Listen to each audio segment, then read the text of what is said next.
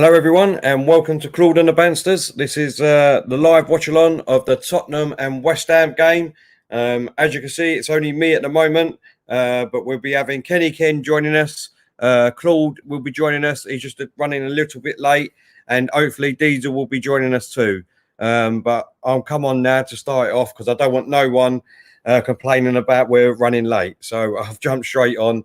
I'd like to welcome everyone in the chat. Hope you're well. We've got Guna Stavalas, Chadwick Moffat, Tony, Chelsea, SW6. How you doing, mate? Hope you're well. Lone Star Londoner, Archie, The Saint, Seamus, Strins, Jonathan, Tahi, Connor, Master Fighter. Sorry, Tahi. 1 minute. He's put 1 minute.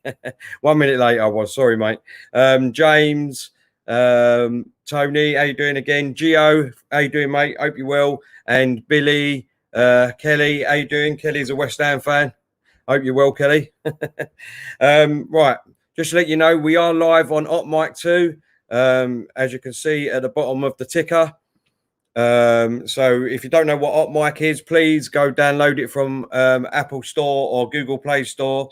Download the Hot Mic app and sign up to our code CBS301, and that will sign you up to our channel on Hot Mic. And then you'll be able to use your app and sync it up to your TV where you're watching the football, and you'll be able to listen to Claude and the Bansters commentary over boring old Steve McManaman, Michael Owen, and any other boring commentator. So please go and download that.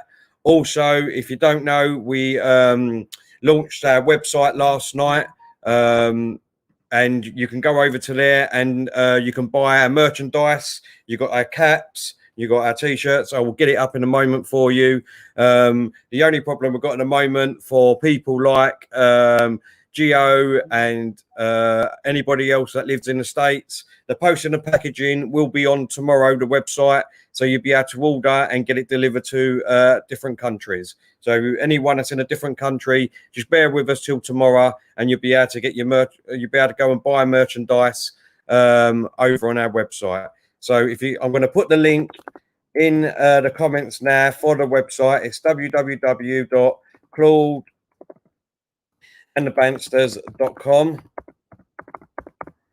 and you'll be able to go straight over to there, and I will show you now on screen what it will look like, and you'll be able to order our stuff from the Claude and the Bansters website. So this is our website. You've got the intro that will play when you load it. You'll be able to get our latest videos that we've done, live watch-alongs, all there. You can watch them direct from there, or you can go over to this arrow here, and that will take you over to our YouTube page. You've got an about page, which gives you a little bit of information on me, Diesel and Claude. And then you've got our merchandise, where you can buy 3 different types of caps. You can buy a cup. You can buy polos, jumpers with Claude on, T-shirts, jumpers with the Claude and the Banster on. And if you click on certain details, you can get the different colours. So with the two-tone caps, there's your colours for the different two-tone caps. With the normal caps, if you go on to the snapback caps, you've got the different colours here at the bottom. And you can just add them to your basket, and then obviously you can just buy them. And especially with the jumpers are really nice, especially your hoodies. If you go on there, you've got all the different colours, loads of different colours to choose from. You can have a look at the white one, the red one, and the black one up close. Also on our website, we have got a latest news page. This where you can go and get all the latest Arsenal news, any transfer rumours, anything like that. This will be a different page soon. We've got someone who we're working with that's got a very, very high followers on Twitter and Instagram, and they've got such a fantastic web page, which we will be linking up with. I had a great chat with them again today, and that will definitely change in the near future once we can get the websites together. You've got a membership page where you can hook up to become a member on YouTube, our Twitter page, Facebook page. We've still got to put our Instagram page on there. It's still under a little bit of work. Also, you've got the contact page where you can put your comments on and message us about anything about the websites, about sizes, anything about more podcasts, any ideas that you have you would like us to do. So that is our webpage. Please go over to there and let us know and see what you think. And like I said, you can get the merchandise from there, which is fantastic. Right. So that's the webpage. Let's get back to the game, everyone. And I'm going to get up the team now. And let's see what the West Ham and Tottenham team look like. So here we go. Let's share this screen. And here's the starting 11, everyone. So for Tottenham, we have Lorez, Uriye, Sanchez, Dyer, Davis, Sissoko, Dele Alli, Mora, Lo Celso, Son, and Kane. And for West Ham, we've got Fabianski, Fredericks, Balberna, Diop, Cresswell, Noble, Rice, Suki, Bowen, Antonio, and Funnels. So not bad teams for both sides. Let's get the substitutions on both sides. For Tottenham, we've got Alderweireld, Vertonghen, Winks, Lalama, Sessegnon, Garzinga, Bergwijn, Ndobele, and Fernandez. And for West Ham, we've got Giacomo, Anderson, Lanzini, Jack Wilshere's on the bench. Jack Wilshere's on the bench for West Ham. Obviously, ex-Arsenal, Ogbonna, Ajeti, Silva, Randolph, and Johnson. So what we're going to go for, everyone. Everyone in the chat, let me know. We've got a couple of West Ham fans in. Strins, I know, who's one of our members, is a West Ham fan. Let us know what you think the score's going to be. I'm going to go for a surprise victory here for West Ham. I'm going to go for a surprise victory for West Ham. I think it's going to be a tight game. This is West Ham's cup final, like they say. They always have a great game against Tottenham. I don't know. I just think West Ham's going to nick it 2-1 for me. I really do. Let's get people's comments. So we've got Strings. He's going 4-0 Tottenham. Oh, come on, Strings. You've got to be more optimistic, mate. More optimistic. Strings says Cheswell's going to get skinned alive. Seamus is going a bit more optimistic. Strings, he thinks it'll be a 1-1 draw. Noble's playing over Wilshere is a disgrace. Wow, Strings, you think Wilshere should be in his place? Yeah, mate. Grant's going for a 3-1 Tottenham win. Connor's going 2-1 West Ham, same as me. Alex, how you doing, mate? Hope you're well. Best wishes going out to you and your wife, mate. Hope she's getting the treatment that she needs, mate. And we're all thinking of you, yeah? Guna Stavalas is going 2-0 Spurs. Bertrand is saying big up, Terry. Thanks, mate. Really appreciate that. Cliff said, Terry, where are the other Musketeers? If you joined us late, like I said, Kenny Ken will be joining us any minute now, really, in the next 5 minutes. Claude is running a little bit late. He had to do a bit of filming today. And Dee's always hoping to be with us too. So they're running just 5-10 minutes late, hopefully, mate. Alison, how you doing? Hope you're well. She put draw. She think it'd be a draw 2-2. Tahir is going 2-1 Spurs. Gio's going 3-1 West Ham. That's what I like to see. Gio, come on, optimistic. Or are you saying 3-1 Tottenham, is that? So 3-1. It looks like he's going 3-1 West Ham. Optimistic, if that is, mate. CG's going 1-1. Tony, Chelsea representative, he's going Spurs 3, West Ham 2. Strin said, tell a fit Wilshere, regardless of injury, is the best technical player we have. Listen, Wilshere is a fantastic player, absolute fantastic player. He was great for us when he was fit. Exactly what you're saying. When he was fit, he was brilliant on his day. Passion, gritty. He can drive the team forward. And like you said, if he's fit and he's on the bench, I always say it, then he should be in the team, mate. Like you said. Gamba, how you doing, mate? I don't think I've seen you in the chat before. I think Tottenham will lose 3-1 from Aldria and Dyer mistakes. Wow. There's Strings. Look, we've got a few optimistic people in the chat, mate. Strings said he should walk into the team, Wilshere. Cliff said, I think the filth will nick it 1-0. I hope not, mate. Jonathan is saying 2-0 Spurs. David saying, morning, Terry. Hope you're well. Really well, thanks, David. Hope you're well. Been a really hot day here. Where are you, David? In the States, are you? What's the weather like there, mate? Bertram's going 2-1 Spurs, unfortunately. Grant said Kenny Ken on this is even better. Yep, he will definitely. String says if he's on the bench, he's fit, so play him. Exactly, mate. Exactly. I always keep saying that. The Saint is going 2-0 to Spurs. Seamus said Leicester having a slow restart of the season and another draw. Yes, I didn't see all the game, mate. I caught the last sort of 10 minutes, but was it Brighton missed a penalty? Wasn't it? Someone missed a penalty. I think it was Brighton. Apparently they was unlucky. It just goes to show, you know, obviously we have got a dire team at the moment, Arsenal, but, you know, Leicester have got a great side, good team. Brendan Rodgers, great manager, and they've only picked up 2 points. So, you know, I suppose we've got to take some positives. David says, I'm in New Zealand. It's winter and -3 outside. Oh, David, sorry, mate. Sorry to hear that. We know what that's like, -3 outside. It's like that nearly all year in England. So we've got to take this sun when we can get it, mate.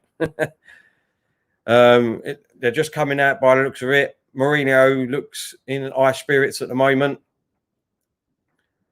So, yeah, I mean, you know, I'm hoping for a West Ham 2-1 win against Spurs, and that would mean we would only still be 2 points behind them going into the Southampton game on Thursday night. But that's going to be an hard game in itself, to be honest. Chelsea said Leicester dropping 2 points. And here he is himself, the man himself. It's Kenny Ken. How you doing, Ken? You all right, mate? I'm all good, mate. You all good? Sorry about... You good, mate? Yeah? Yeah. You just... Go on, mate. Sorry. Sorry about the chewing. It's just got a bit of pizza, that's all, mate. How are you? Who else is coming on? Claude is running just a little bit late, mate. He's had to do a bit of filming today. And Diesel should hopefully be on and roughly halfway through the first half if he can make it. Good stuff, mate. Good stuff. So it's just me and you, mate. We've already... I don't know if you've seen the teams. Kenny, have you seen the teams? Yeah, I've seen the teams. Spurs have gone with Lucas Dele Alli and Son behind Kane. They've also left out Harry Winks. They've got Lascelles. So West Ham have gone with a kind of a change side. Mikel Arteta's playing up front. They've gone with Bowen and they've gone with Fornells to give him some support. And in goal, we've still got Fabianski as well. So it's both sides are going to go full strength side. Exactly.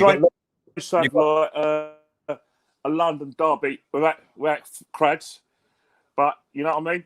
It's still any game between West Ham and Tottenham, is always going to be like a humdinger. Exactly, mate. We've got a lot of love for you in the chat here, Kenny. So it's good to have you back on. I did make a public apology. Thank you very much.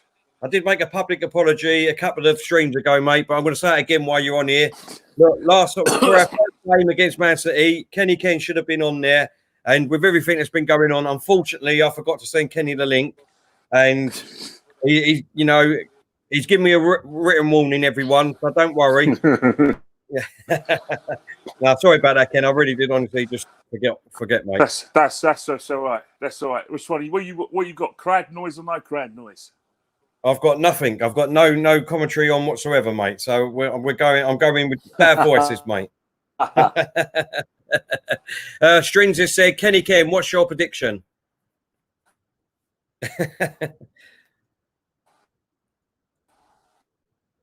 Can you hear us, Ken? Yeah. Can you hear us, Ken? Yeah, definitely. Well, at the moment, I'm going to go for well, my heart says West Ham win, and I think it'll be I think it's going to be like I can hear you. Can you hear me? You hear me? Hear me? Yeah. I'm going to go for a 2-2. You're going for a 2-2, are you? I went for a 2-1. Can you hear me? Can you hear me? Yeah, I can hear you, Ken. You're just sort of freezing every now and then. Right, it's just kick. It's just kicked off, by the way. We're 38 seconds into the game. And West Ham got the ball, but it's gone to Tottenham. There's a lot of optimism in the chat, Ken. I've gone 2-1 West Ham win. There's a few 3-1 wins. Daniel's going for a 2-1 win. Yeah, there's a few people. It's about half and half, I say. To be honest, Ken. I think. Can you hear me now? Yeah. Yes, mate. Yeah. I think basically what's happening, Spurs should win on paper because they've got a stronger side, and Mourinho's got the benefit of having like his strongest lineup out. He's got Ali back from suspension. But West Ham always lift their game against Spurs. But I think what's happening is that people overestimate the crowd noise because I saw the Merseyside derby on Sunday, and that was still like Antonio in the box, chest it. Yeah, no ball. Oh, nah, it's unlucky. I think what's happening is that when the ball went in, Noble didn't get his feet right, and I think he was a bit off balance. So if you look at it, the first chance kind of got to West Ham, but if you look at it now, yeah, Noble's got he's got Davinson Sanchez and Eric Dyer, and they kind of crowded him out. So it was a chance, and it wasn't a chance, but I think both of them used their physical strength to stop Noble from getting the shooting opportunity. But if you look how West Ham is shaped, they're looking to use the pace of Antonio to hitting Tottenham on the break. Exactly. And Tottenham, I think Tottenham are trying to press in with Ali. Tom's trying to be that outlet on the left hand side, and what they're going to do is try and support Harry Kane. But at the moment, the way Spurs are shaping up, it's like Bellier is on the ball now. Song's on the left hand side. He's going to look to put a cross in, but West Ham soon got more bodies in. Yeah. What's done there? Oh my God! What is it? What's Fabianski doing there, Ken? That was a flap and half, wasn't it? What was he doing there? Well, I think the ball kind of. I think let's have a look at it now. If you look at the action replay, cross is coming. Well, he's kind of put it out. No, the referee's already. The linesman put his flag up on the far side, didn't it? It's a corner. Because it had a bit of deflection, then the whole ball went out. So goal kick out of Tottenham, but it's Fabianski. You need to realise. Well, I know it's very hot out there. It's in June, but that's not the sort of standard of goalkeeping we expect in a big game like this. Arthur, how you doing? He says Spurs will win 2-0. Bantot, how you doing, mate? He said 1-1. Azen says Tottenham 4, West Ham 0.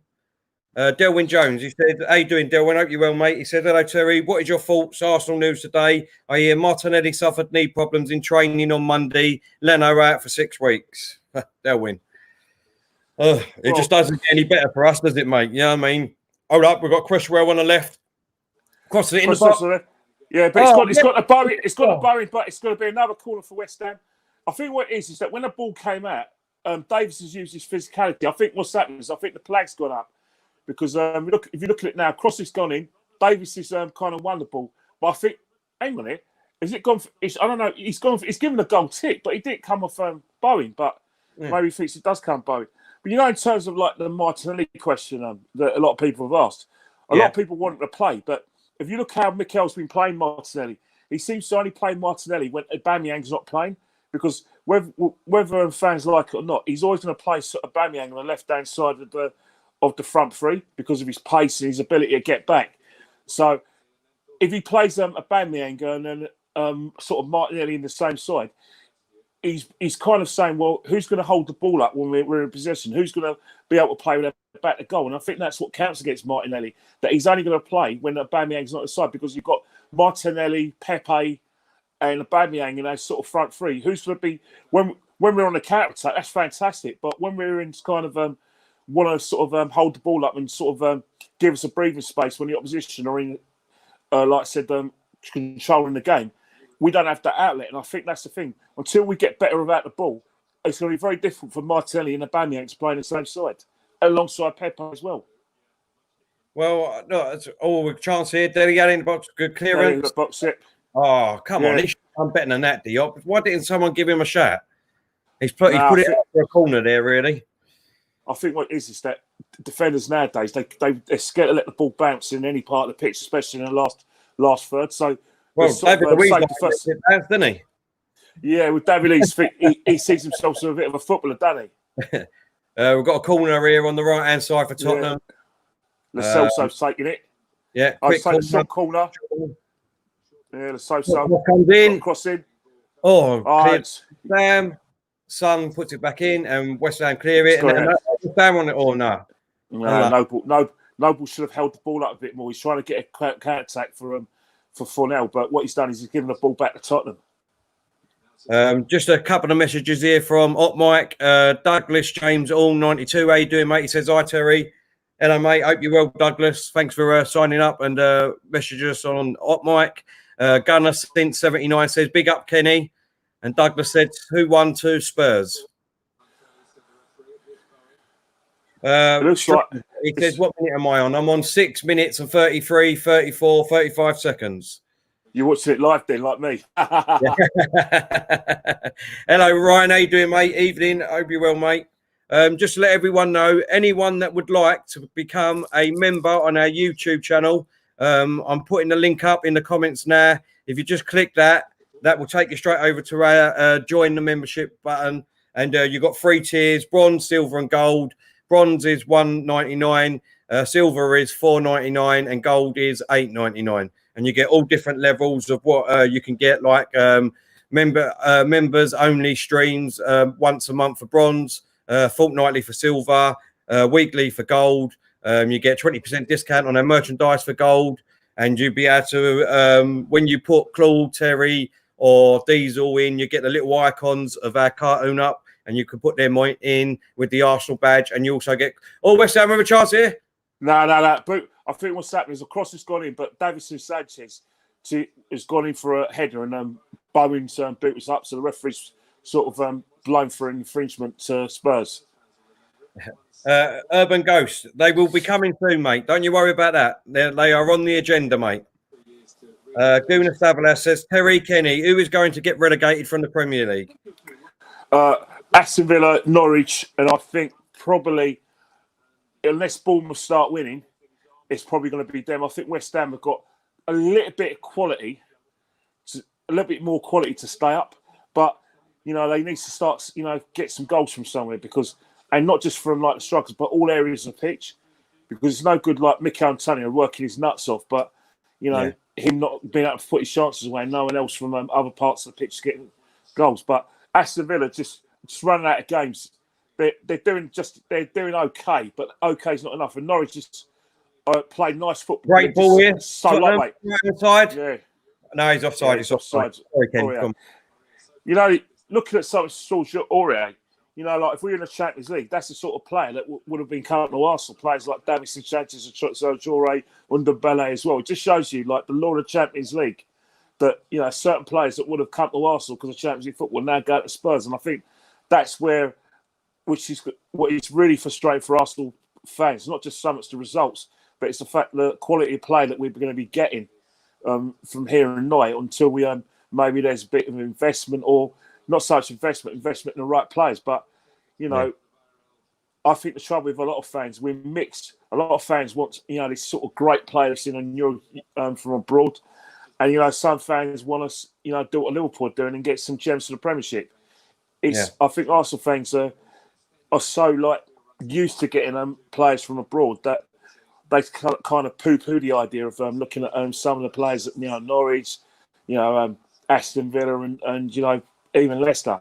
I think if the players play for sort of Atletico Madrid, or they played for some team in Portugal or France, he's the best thing since sliced bread. Do you know what I mean? Yeah. And I think what happens is that you've got a lot of players who are just taking maybe a season, 18 months to settle into our league. Well, that's no good for Arsenal, because we need to be challenging for titles and getting top fours like yesterday. You know what I mean? Yeah. Tahi said, does Kenny Ken have his own channel? I tell you, no, not really, because it's just about a time issue. And I think these guys work their nuts off, and I mean, all of the hard work they got to do, and the fact that they've got to put out the content, keep with the times, have all the right equipment. Because nowadays, if you do have your YouTube channel, you have to spend a lot of money to work to get some equipment, because the simple reason is that a lot of people who are on YouTube can tell good content for a night. You can have a good YouTuber who makes a lot of sense, who's got some good ideas, but if his like pictures, quality of his like streams ain't good, then people are just going to turn off. and I think that's where I fail a lot. Listen, Kenny Ken don't need his own channel because he's one of our own, isn't he, Kenny? So he's be on this channel as much as we can get him because we know how much people love him. So, and we love Kenny too. So look, thank you very much, Sil. No, we do, mate. You're one of the best, one of the greatest guests that we have on our show, and you're always polite. You always give us the time and energy that we are after, and we're just happy that you're part of Claude and the Bansta's wider family, mate. Thank you very much, very much. It's very much enjoyable, and it's all good about talking Arsenal. It's such a shame that we're not talking about a Champions League quarter final, a title challenge, like licking our lips for whether we're going to get the top four or not. But it just shows you one thing about Arsenal is that expectations are very high because of what we've done in the past. But one thing about football is that you never know in football. And if you're a big club with a big name, eventually you will get it right. Yeah. Just a couple of more. Douglas James, all 92. Sorry, mate, I didn't realise that you. Oh yeah, all right. He's got a crossing. It's been cleared by Diop. So Spurs is kind of sort of getting that sort of control in midfield because at the moment West Ham are not being able to get control of the ball. So a lot of their midfielders are spending a lot of time trying to track Spurs' runners. So at the moment, Tottenham corner, isn't it? Yeah. Sorry, I didn't realise that was you, Doug. That's the Dugout Football Channel. Hope you're good, mate. He said he decided corner comes in too deep. Yeah, too deep. Yeah. To try out hot mic. Thank you very much, mate. Appreciate you coming over to us. Liz says, "Hi, Doug," and a couple of others. Thank you very much, everyone, for going over and signing up. I just want to say there's one comment here that I missed. Robert, he said, I will not become a member because I don't use internet payments, but I support what you do. At last, some positivity community. Robert, no problem with that, mate. Thank you very much for that. And we still thank you for your support and supporting our channel, mate. Sam Fisher, he's put, hi, Terry, what do you guys think about Arteta shaking the hands of Maupaya after he screwed us? And does the weak mentality come from a coach? I reckon he's too much of a nice guy. For me, Sam, I mean, that don't mean anything to me, to be honest. At the end of the day, look, I think if you look back at it, there's two ways you can look at it. One is that obviously there was hardly anything in it, to be honest. I mean, it was just unfortunate that he rolled over in his foot when he come down. But the second way to look at it is that he really didn't need to go for the ball. The ball was nowhere near where he was, and he didn't have to do that. But I mean, if that happened in midfield, no one would have said anything, right? And if you look what Guendouzi done in the midfield when he was running past him, he put his arm out to sort of give him a little dig in the stomach, and he went down like he'd been shot. Don't get me wrong, but Guendouzi shouldn't be doing that. So for me, what Guendouzi done at the end, I thought was a disgrace.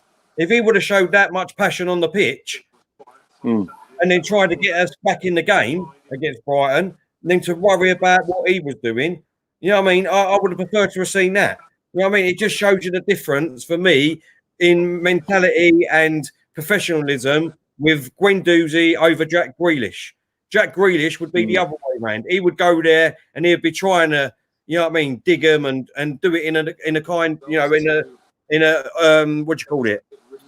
In a disguised way. Do you know what I mean? He wouldn't do it on show. And then he wouldn't retaliate. He reminds me a bit of Diego Costa, Kenny. The way that he winds people up and players up. Definitely. You know what I mean? He dips in and then he dips out. He doesn't get himself in trouble or booked that often, Grealish. But he's one of the most failed players in the Premiership.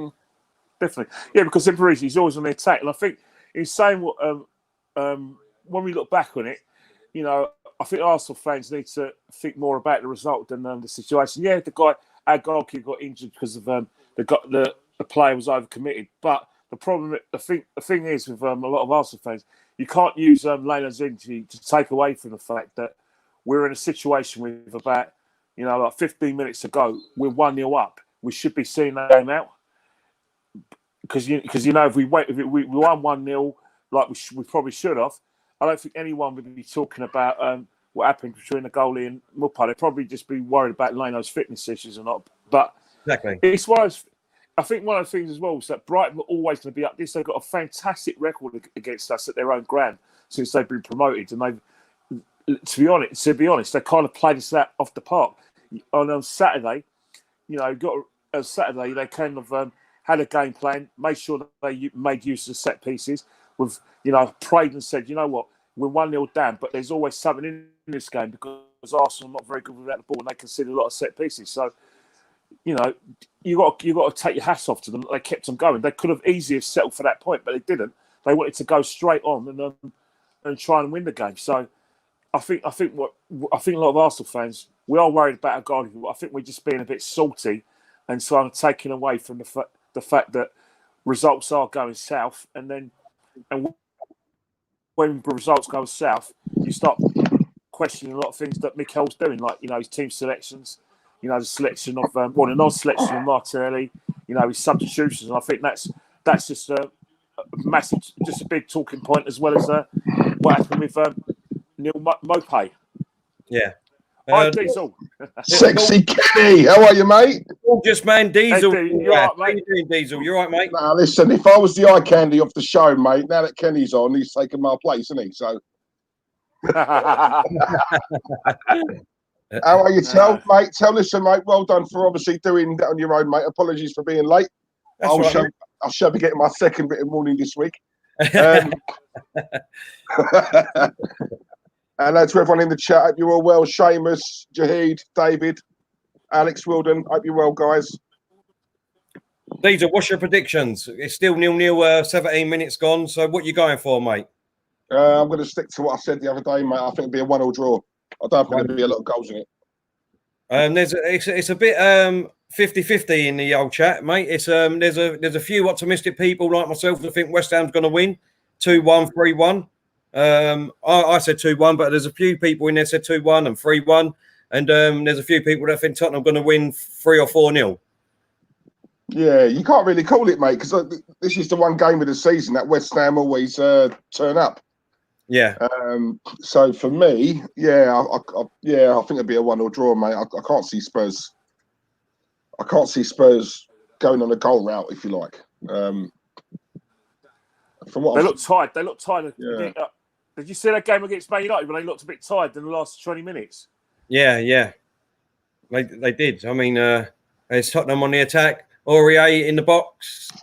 No, he's kind of run out and fallen out to cinema. But one thing that West Ham are struggling with at the moment, they're struggling to get Antonio into the game because they're not getting control of the football. And every time that's a bad he's giving the ball away again. Yeah, Kane, he's giving the ball away, but Kane's giving the ball away as well. But I think that's the thing, is that West Ham need to get the ball, get some quality ball up to Antonio and try and get him in this game. He took him out. Yeah, that's enough. Was that booking? Was that a booking? Yeah.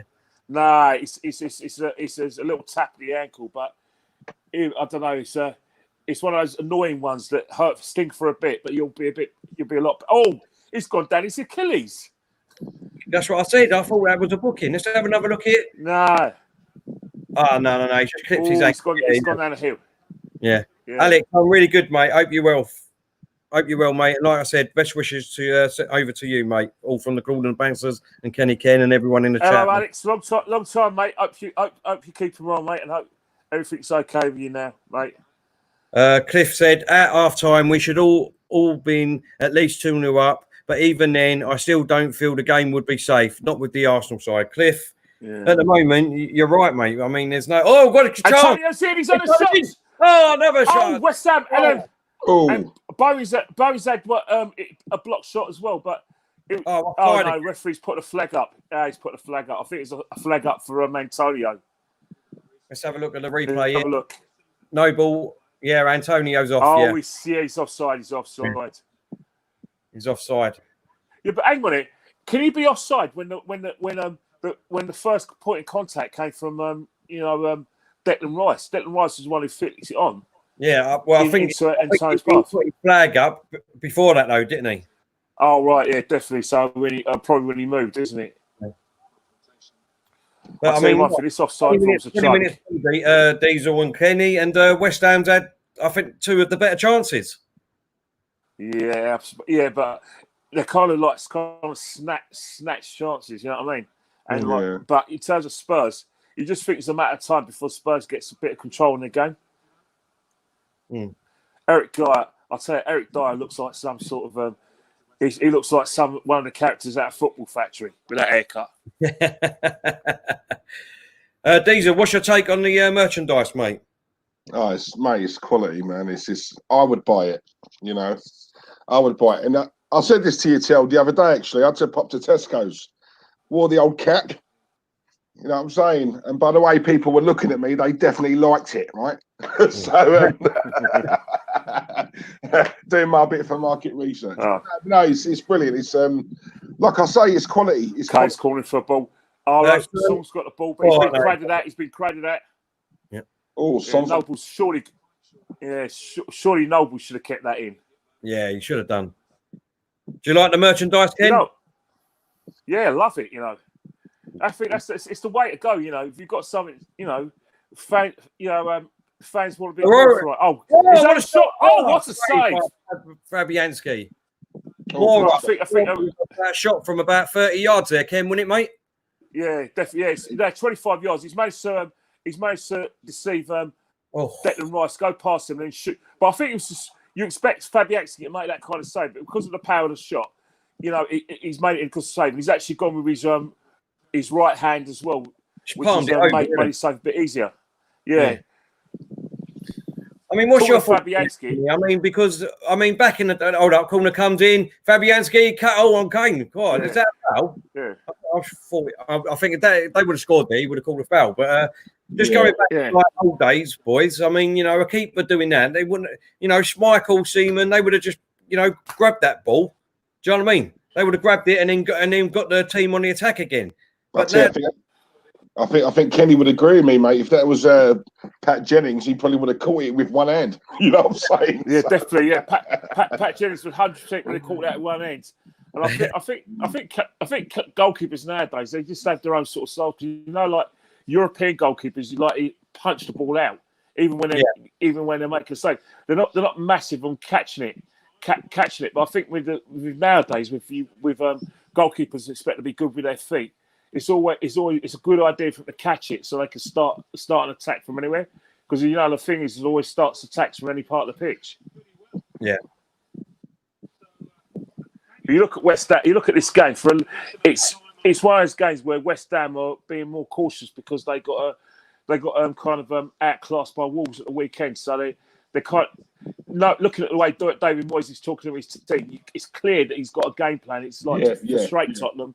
If they can get a chance, get a chance. But really, it's all about him getting a point and on to the next game for West Ham. I think. I mean, if they can get a draw here, I think they'll take that all day long, West Ham.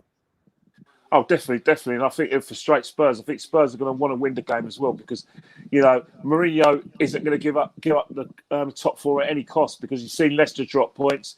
He knows that Chelsea have got Man City at in a couple of days' time, so he's thinking big and like Man United play Sheffield United, which is a 6-pointer for Europe as well. So Mourinho really needs to win this game in order to put pressure on the teams above him.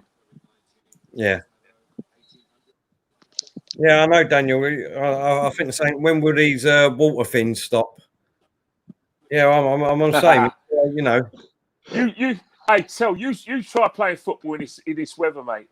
With all the storm flies about you want a glass of water every 5 minutes, wouldn't you? But they should just have it on the side, wouldn't they? Like marathon runners. Yeah. You know what I mean? They don't stop for to have a break to. You know what I mean? Because obviously they're seized up or whatever. They should just have the water bottles on the side, and then they could just have a drink when the ball goes out or whatever. Do you know what I mean? It's all about compromise now. I think that what's happening is that it's. I think they've it's no mean feat getting the players to agree to play these games with close contact when we're in this kind of a virus. Because I know a lot of players needed more sort of information, education about the whole thing because.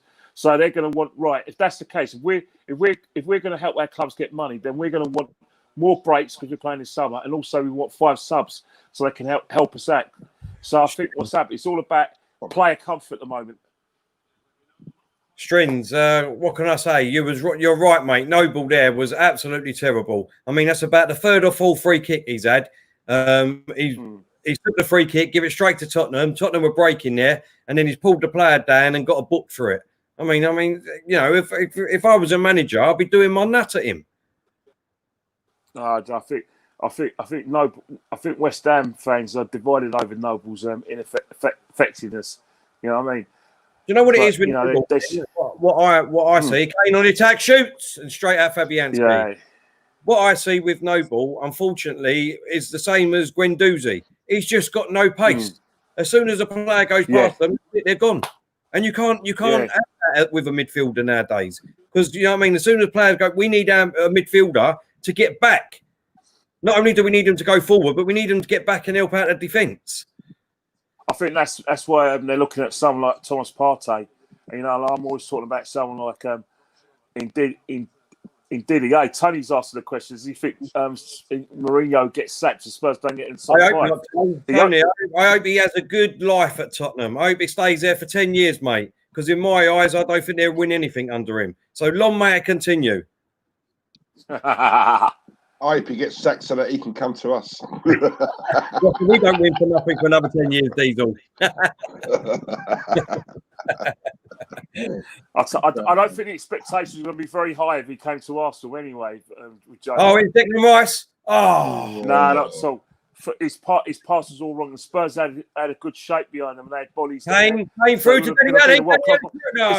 No, it's always going to be like it was always Diop was going to be the favourite for that one. But it's one of those games where you know, I don't know which team looks more tired after 25 minutes, West Ham or Tottenham. Yeah. Let's get your take on it. And Tone, and everybody in the chat. I mean, let's ask them. Kenny, I mean, you know, what's your thoughts on Mourinho? Do you think he should start take him at Arsenal?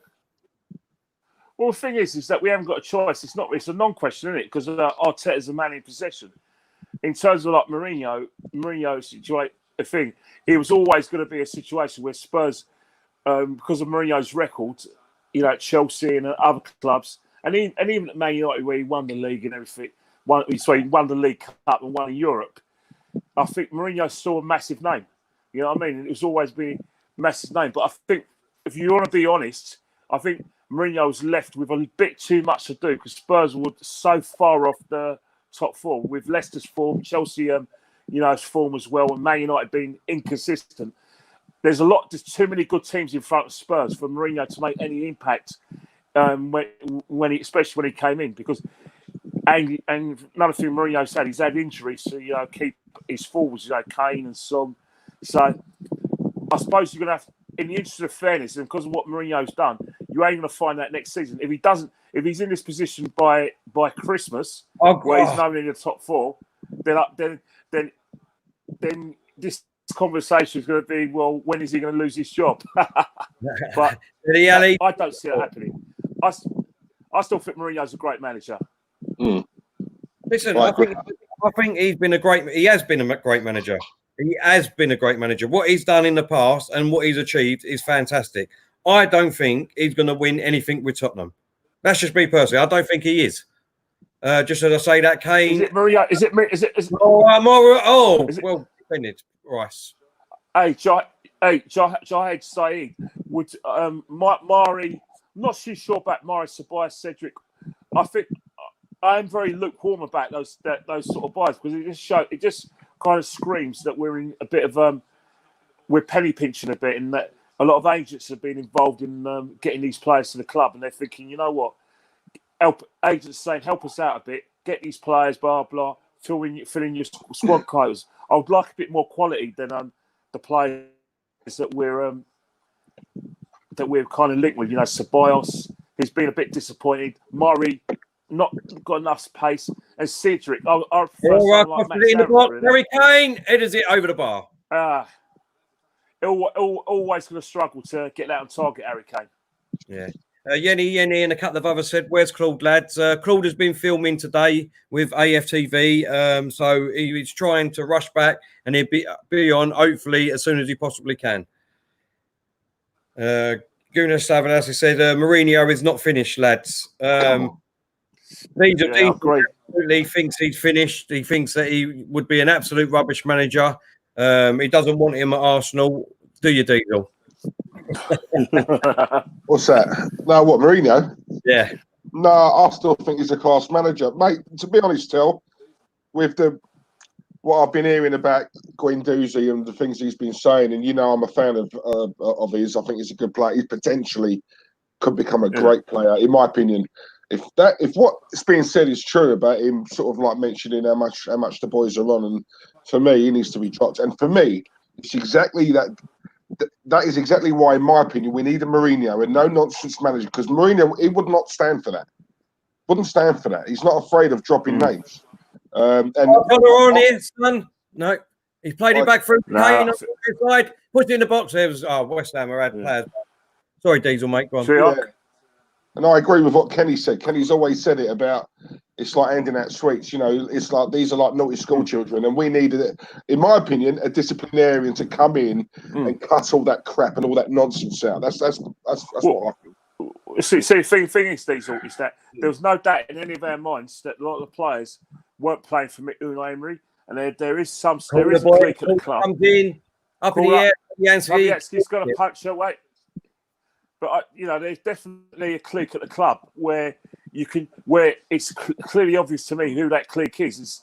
We ain't going to mention names, but anyone who follows Arsenal, supports Arsenal, knows that there's a clique of players who decided not to play for Unai Emery and spread a bit of like I said, negativity in the dressing room. And I think those players are still going to cause problems for Mikel Arteta in the long run because of the fact that he lacks experience. I think if Mikel Arteta wants to be successful at Arsenal, he needs to weed these players out. Yeah. And if it means doing it all at once, then so be it. Because we're not going to win. We're not winning the league next season, and top four is still going to be a big arse. So Mikel Arteta might as well be ruthless. If he wants to play Man City football, then he needs to find another club and get someone who can, who's more appropriate for what's needed at Arsenal. Yeah. And I think that's the thing. A lot of people are excited by Mikel and what he can do, but the trouble is with Mikel is that he hasn't actually done anything to make people excited. It's just that it's something fresh and different without actually seeing what's on offer.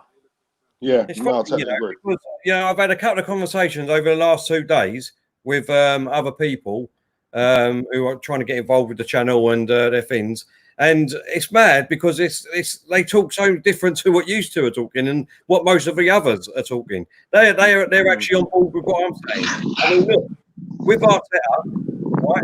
With the philosophy that he wants to play, he hasn't got them players yet.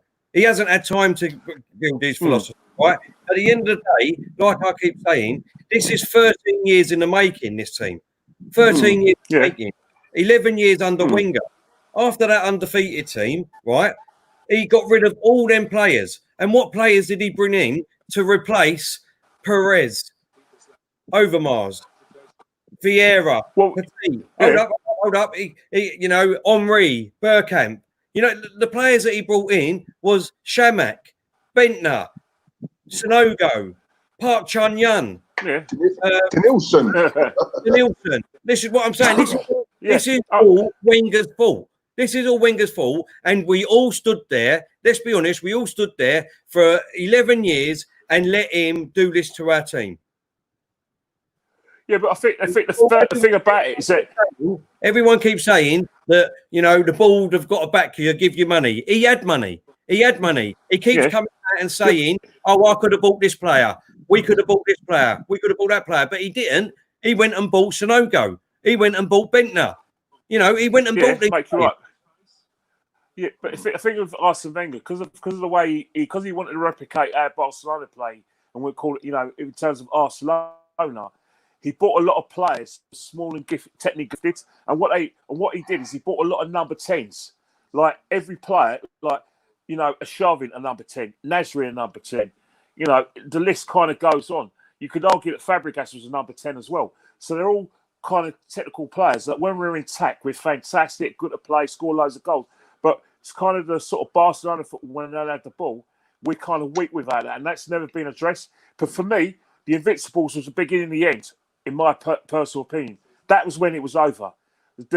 As soon as we lifted that title, when we beat Leicester City at the Old Highbury, from the next day onwards, from the start of 2004-2005 season, when he brought Cesc Fabregas into the team, that was it. We stopped being a team to be feared. I mean, look, I do understand what you're saying, Lone Star. He's saying reminds him of an ex-girlfriend keep going on about the past, right? But every other team have got a squad. They've got a squad of players. So you can go in there and you can tinker with it a little bit with a couple of inexperienced players like a Guendouzi, like Jan Saka or a Martinelli and things like that, because you've got a squad of players around you. We haven't got that at Arsenal. We have not got that. Our whole team basically needs to be sold. That's what I'm saying. Yeah. And people don't seem to grasp that when they talk about, oh, Arteta don't know what he's doing. You know, he's not doing this right. Listen, people were calling for his head because he weren't playing Pepe against Man City. What did he do against Arsenal and scored a goal? Yeah, but absolutely nothing. But can't you say the same thing about Martinelli? A lot of fans are calling about Martinelli, but he looks they're calling about him because of. Yeah, but you're saying it because of the game against Chelsea. But if you look at it from a tactical point of view and the fact that we're weak without the ball, you know, you can understand why Martinelli and Aubameyang can't play together. But the thing with Arteta is that he's got to lower his ambitions. He wants to play Man City football. He hasn't got Man City players, so he needs to make a decision and build slowly. The thing is, you've got to realise it, because a lot of people say Arteta's in demand for a lot of clubs because of his highly thought of elsewhere. He may say, you know what, I'm not having this, and walk away. So we got. If come this summer he don't get the players that he wants, I hope he stands up for himself if that's the case and turn around and said, no, you sold me an idea basically, and you've gone back on it. You said you would go with my philosophy. You said we'd work from the bottom up to the top. And you haven't. You lied to me. I had a great job at Man City. I left that great job, you know what I mean, to come and help you out, and you are not backing me. So for me, if he stood up then and said, yeah, you know what I mean, sorry guys, you know what I mean, they're not backing me, blah, blah, I would respect him for that. But hold up here a minute again. We still haven't even given him a chance. He still only had 10 to 15 games. Well, I'll tell you, all right, so I'm going to say when I was saying this, let's be honest, when I was saying this last year to people like yourself and everyone, you know, when we was on stream about Emery, we was all saying, oh, let's give him to the end of the season. We need Tierney to come back from injury. We need Bellerin to come back from injury. We need mate, you're right.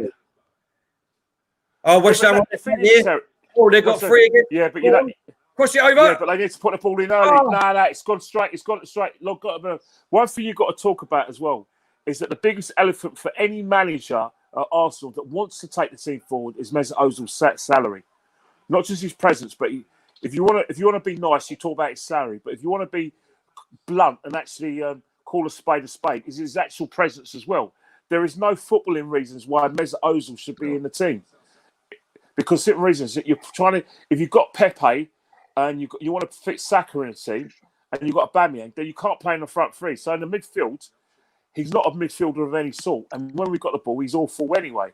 So again, someone has to cut the cord from Mesut Ozil. But if he's forced to play him and try to fit him into a side, you know, who's a player's going to be 32 this year, then he's a fool to himself, and he's going to get criticism that probably is deserved, because there is a solution there that he needs to hand out. You don't talk about handing that to him, but he has to quietly end this guy's career.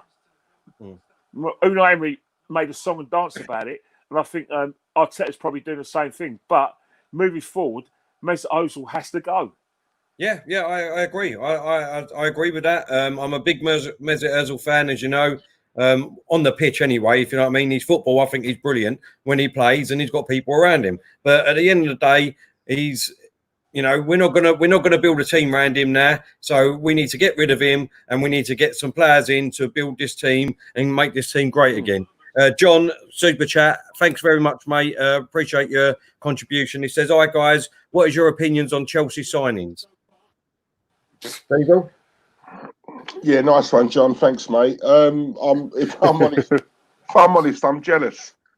I'm absolutely jealous. And listen, I just want to do away with this myth that a lot of Arsenal fans have got about we can't compete with big money signings. And when I say that, the 80 millions, the 90 millions, right?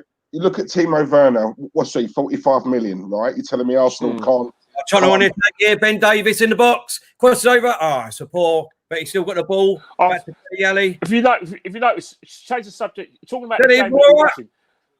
Oh no, he's been crap. But you know, like the final ball. If you notice, the final ball of both sides has been quite average. You know what I mean? Yeah, and that's why goalkeepers are getting a lot of protection because it's just a lack of quality. But that comes with a bit of fitness. But you know, like I said, you know everything about Chelsea. Well, Chelsea do things the right way. People talk about it and money, but they've got professional people behind the scenes. They've got probably one of the best scouts. They've got access to the best boys in London. And that's why. It's cutting. And that's why they're going to continue to be in front of us by run past us because of the reasons that you know they know when to sell their players, they know when to get the best money. And let's face it, they can actually let players run down their contracts because they've got so much liquid cash. But you know, Chelsea's a more attractive possibility than Arsenal. And, Every guy, I went and asked. I went on Arsenal Fan TV and I asked a question. I'm going to ask you guys a question. I take it both. I've got girls, but I take it both of you got lads. No, I've got two girls. Boys. All right, you got two girls, just two girls like me. Two girls and one boy. Oh, sorry. So you got two. You both got boys. Yeah. If your boys had the choice of going to Chelsea or Arsenal in this present state, you would send to Chelsea. Because simple reason is, you know they're going to get better coaching. You know there's a better pathway for them to make it. If they don't make it at Chelsea, they're going to make it another club, and it's a better well-run club. I would do that, and I'm an Arsenal fan. I love the club. I love the club with all my bones. But I know at the moment Arsenal's not a centre of excellence that it should be, and that's why Chelsea will always be an attractive proposition. And a lot of Arsenal fans won't admit that, but you only have to look at where we felt for that to happen, for that question to be shout out aloud. And here comes Claude. Hello, boys. He's the big man. He's the big man. How you doing, Claude? You all right, mate? Yeah, I just finished the Claude and Ty show. God, that is frustrating doing. How you doing, Claude? I don't know how I get through it, mate. That show, but I've just finished it. Watch out for it. It should be out tomorrow. A lot of interesting things said. Just heard that David Luiz is. Claude, is Mope? I've just heard that David Luiz is Mope still a cheat? David Luiz has just signed an extended contract. Someone was telling me just as I was coming away. Yeah, I know. I've heard that too. That was a given. That's true, and that's an absolute disgrace. If that's true, we are finished as a club. We're finished. Now listen, if that is true, then this is what I keep saying to people, right? If that is true, and that's the calibre of players that we're going to sign up for this upcoming season, we all need to protest outside the ground and not go in that place to make a change, because that is a disgrace.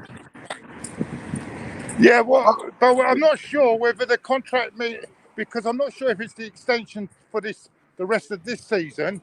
Because remember, at the end of June, their contracts have to be, or it's an extension for next season.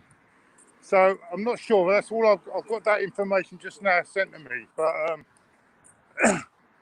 make of it what you want. Trust me, Claude.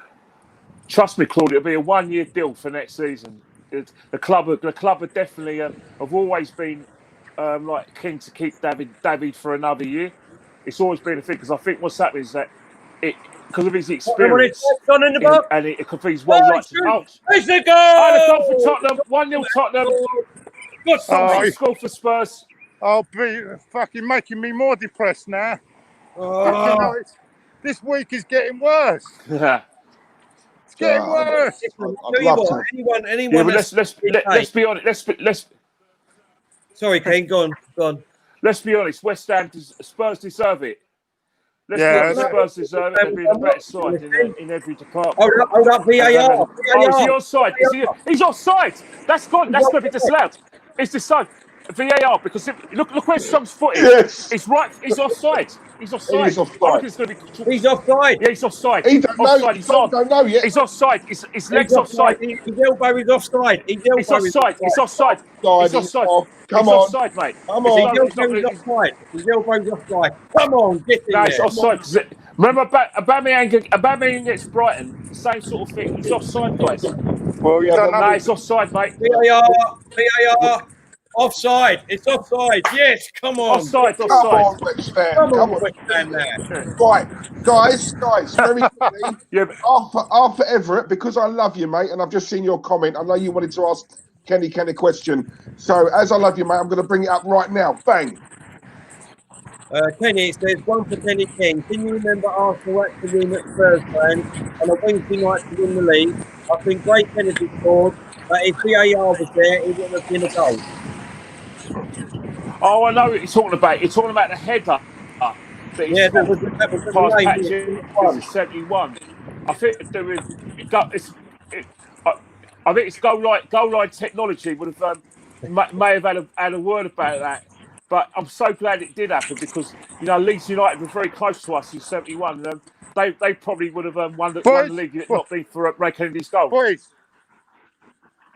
yeah, go on, Cole. So yeah, boys, I'll be with you for the, I'll be with you for the second half. I'm just getting home now, so I'll be with you for the Claude, second I'm half. loving the hat, by the way, mate. Loving the hat.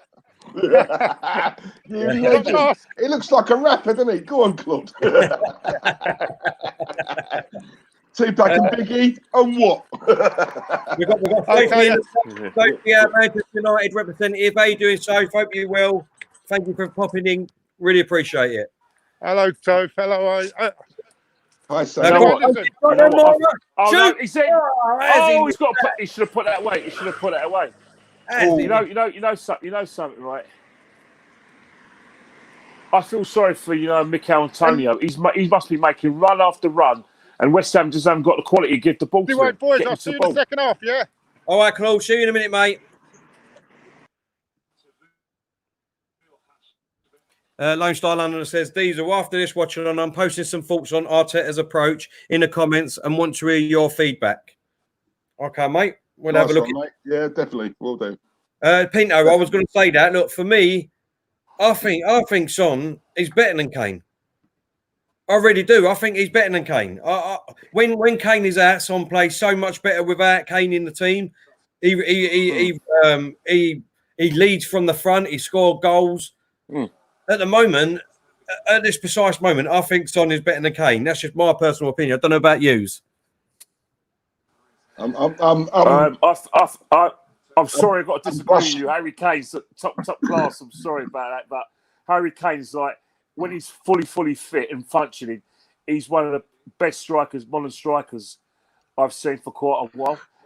The only player that's on his level is probably Aguero. In terms of pure centre forwards.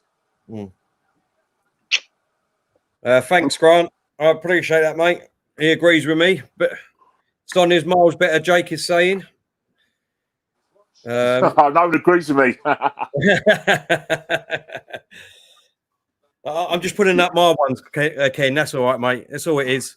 I'm hiding your ones. That's all right. No, I don't think you're. That's half time, boys. That's half time. Mind you, though, so you can't really compare them. I mean, they're two different players, aren't they? I suppose it's. Yeah, it's a bit of a tough one. Players, I think really Son would play that position, and he does play that position. Then Kane is that, and he runs with it, and I think they're much better side Tottenham. Yeah, I'll definitely take Son in. I think Son's class player. I'll definitely have him in.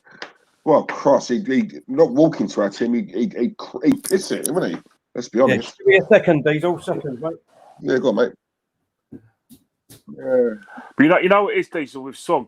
If he had come to Arsenal and people just said, "Oh, we got this guy, a South Korean guy from Germany," a lot of fans were poo-pooing because of the fact that he's not a big name, and they'll say, "Oh yeah, what about all the other players we've had from the Far East?" So he probably wouldn't have got through the door. But in terms of Spurs, I think what Son needed a manager like Pochettino.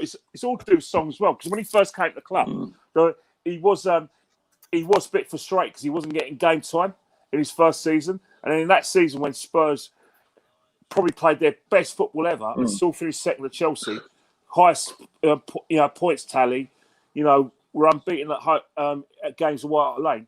That's when I think you saw. That's when you saw the best of Son, and since then he's just been a revelation. Yeah. It could be argued that if that if Harry Kane was was left out in the Champions League final, and Song and Lucas Moura played instead, you just never know, innit? You never know. I'm glad it did happen because either way, I thought I just wanted Liverpool to back Tottenham. No, exactly.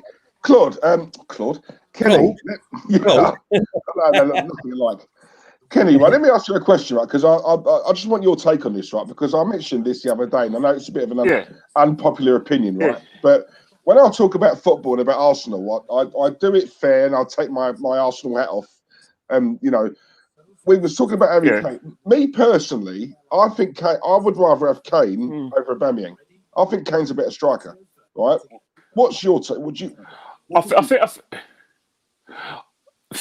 You know, the thing about it is that Harry Kane is that Harry Kane's they're both different strikers, isn't it? Because Aubameyang's very much to the extent that Harry Kane's like your old style centre forward, Alan Shearer type. To extent, play good with his back to goal, blah blah, and he shoots from anywhere. Aubameyang's the sort of player that, you know, he's got his pace and he likes to run onto the ball or, you know, come in from the left. I'm greedy. I'll have both of them in the side, but I don't know. You're not really allowed to say that Harry Kane. You know, if you wanted to put your house on who would get you the winner in a Champions League final, Kane or Aubameyang, you're not really allowed to say the answer. But I think all of us will probably go for the guy that plays in N17. But that's No, I wouldn't. For me personally, I wouldn't, because the simple fact is, right, and it's, for me, it's the truth. I don't think Kane would be world class in our team with the squad that we've got, with the players that we've got. Maybe he does have. He would not get half the chances that he gets at the moment for Tottenham with the squad of players that we've got, and that's a fact. But the thing about it is that you've got to realise, right? I don't know. It depends. I think the reason why you're saying it is because he hasn't got the sort of like leave the defender in its weight kind of pace. Like if he had a bit more pace, would you probably think he'll smash the records that I saw. Tim, what I mean is that obviously even last year, like I keep saying, when I was obviously, you know, seeing the ticket holder like yourself, when I'm going under Emery, the amount of times in every game I see Aubameyang making runs and no player picks up because they've got their head down, or we've got sideways Bob, El Nini in our squad that don't pass it forward. We've got Saka that is absolute crap, who doesn't pass the ball forward. You know what I mean? That's what I mean. So if they're not passing the ball forward, how is Kane going to get all these chances? I think the thing about it is we play differently at Tottenham, don't we? I think Spurs press the ball a lot. So what happens? They turn defence and attack pretty quickly because of their pressing. And Kane, kind of has loads of chances. But you've got to remember with Harry Kane, he would score goals at Arsenal because Harry Kane just doesn't score tap-ins or headers. He's the sort of person that will just look up and have a shot from 40 yards. Yeah, he's like a Shearer. Desperate for goals. Yeah. Right. So he'd be all right at Arsenal, I think. I personally don't. I don't know. I think Aubameyang would be so much better if we had a great team. If we had a great team and we had a team that wants to go forward all the time, and you put him in with Fabregas, Cazorla's, you know, them sort of players playing behind him, Ozil at the time, Sanchez, he would have been absolutely fantastic. Absolutely fantastic. But like I keep saying, with the squad that we've got, 3/4 of the players wouldn't even get in any top 10 side at the moment. 3/4 of these players. That goes without saying, because simple reasons. The reason why they won't go in is because simple reasons they haven't got the mental capacity to play Premiership football. And I don't think it's just mental capacity, and I just think they're not good enough. And that's what we're doing. Yeah, not good enough. Yeah, but the reason why they're not good enough is because they're playing in a team with a bad mentality and a bad attitude when it comes to general defending as a team. So that's why those players look bad. And some of them, let's not face it, they haven't got a tactical brain between the pair of them. You know what I mean? You can only think of I can't think of one player at our club's got a tactical brain. No. Right. So this is what I'm trying to say, Nin. So what are you actually saying? Are you saying that Kane is fantastic? He's a fantastic player, and because of that, They're he would. tell they're just He's a different strikers. fantastic That's what they player. are. No. I'm not saying that. I'm saying so because you think that. Are you being, what I'm trying to say is, are you being blinded that he would come to Arsenal right now and he would transform us into a different team straight away because he's a world-class player on his own? What you're saying, right?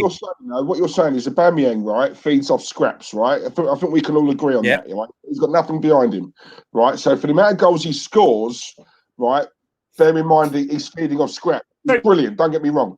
But Harry Kane, don't be fooled. I don't think he gets chance after chance in the Spurs team. He's on scraps and all. Do you know what I'm saying? He might have better players, but he's up there a lot on his own. He don't get no service. If you watch Spurs, right, they're a lot more similar than what you think. The thing about the pace, the lack of pace, Teddy Sheringham was a class player. He weren't pacey. Alan Shearer was a class player. He didn't really have pace. It's more about movement and it's about awareness. And Kane can score headers. He can score all types of goals. Kane, for me, is a killer. I don't think Aubameyang is a killer. For me, Harry Kane's a killer. And I just think he's better. I know he plays for Spurs, but I'm taking the Arsenal hat off. Generally, me personally, I would take. I know he's injury prone. That's the only thing where I'd look at. But if he wasn't, and them two were always fit, I'll take Harry Kane. My opinion. Yeah. Okay. And don't forget, Aubameyang's not that quick, Tel. He's lost a lot of pace. I've seen centre halves keep up with him. He's not that quick, mate. I think they're about at the moment nowadays. I think they're both about as fast as each other, Harry Kane and Aubameyang. Yeah, I'd agree. To be honest, I'd agree. Yeah. There's not much in it with pace wise, but I just truly think that fans do think that just because we would get one world class player that would transfer our team, and it won't. No. I agree with you. We need a whole squad. Hey, guys, can you hear me? Yeah. Yeah, you can. Yeah. So sorry about it. It's just the connection's going a lot better. But I'm just hearing everything you guys got to say, and there's good arguments for both of them. It's just that Chadwick Moff. It's one of the worst I've seen. Definitely got to be the worst Arsenal squad. Not in terms of like defense, but we actually got a lack of quality. Chadwick, and I never thought I'd be able to say that because no matter what I thought of Arsene Wenger's teams and what I thought of him as a manager, I always thought we had some sort of quality in that a manager could come in and they could fight, sort of retune things a bit, and we'll challenge again. But really and truly, any manager that comes into this side now is going to be going, oh my God, this is really bad. Exactly. There really is very little quality, and that the fact that we're actually punching above our weight by being where we are. Where we are, we actually don't deserve it. In fact, don't be surprised that when Norwich comes to the Emirates next week, they dominate possession and dominate chances as well. That's how bad things are at Arsenal. We're so poor. Steve's great question, mate. He said, "What needs to change at Arsenal to start becoming serious top team again?" And for me, it's like I said, we've got to get rid of 3/4 of this team. 5 of these players are still Western bought. Most of the others are still Emery bought. We've got to get rid of them all, and we've got to get behind Arteta. The ball's got to get behind Arteta. The fans have got to get behind Arteta. We've got to say to him, look, we agree with your philosophy. Get rid of these players. Get your own players in. We're behind you. Let's start building like Klopp did. And, if you do that and the ball do that, then, good times can come back to Arsenal. But if they don't, and we keep this dire crap of a squad and still, sign up David Luiz for another year, keep Xhaka, keep all these crap players, I'm telling you now, the fans need to unite and we need to go down the Emirates every home game and we need to stand outside, protest, but support our team from outside. That's what we need to do. We can all watch the game from outside the stadium. We can all cheer when the goal goes in. But what we're saying is we're not coming into that stadium. We're not giving you any more of our money until you start changing or sell up and go. That's exactly what we need to do. But Yeah, we won't do that because the prawn brigade and the corporate people at Arsenal. That it won't happen. But tell let's get something right here. If Arteta, right, doesn't change this squad, and he endorses, you know, like signings like Murray, signings like Cedric, who's joined us Indies, and he endorses someone like David Luiz, who divides opinion, and he's still trying to fit Mesut Ozil in the side. That any criticism he's going to get, he's going to deserve because he's not making a sufficient progress. Yeah, I totally agree with you, but we won't know that until obviously the start of next season, really, and who we're bought. But sorry. Sorry, I was just going to say, if you see, like, according to everyone in the chat, right, Sky Sports are announcing that Lewis has signed an extension to his contract. Now, I'm not being if that is true, I'm looking at Arteta even more now. I'm looking at him thinking, what are you doing? Because there is no way, right? He would have, in my opinion, if that's true, that's Arteta's decision, or he would have had a say in it, right? Yeah, no, exactly. So I'm saying, exactly. I agree. For me, if that was Emery, everyone would be on him. They would have lynched him. I agree. So I agree. Until I start something that makes me question Arteta, which that will make me start questioning Arteta and what's going on, and is he just going to be a yes man?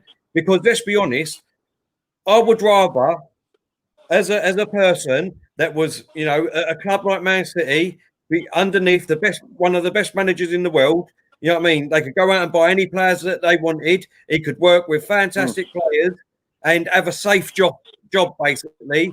Sit on that bench, and I would have gladly could stayed there, unless, unless Arsenal come to me and said, "Look, we really believe in your philosophy. We really think that you're going to be a great manager. We will back you."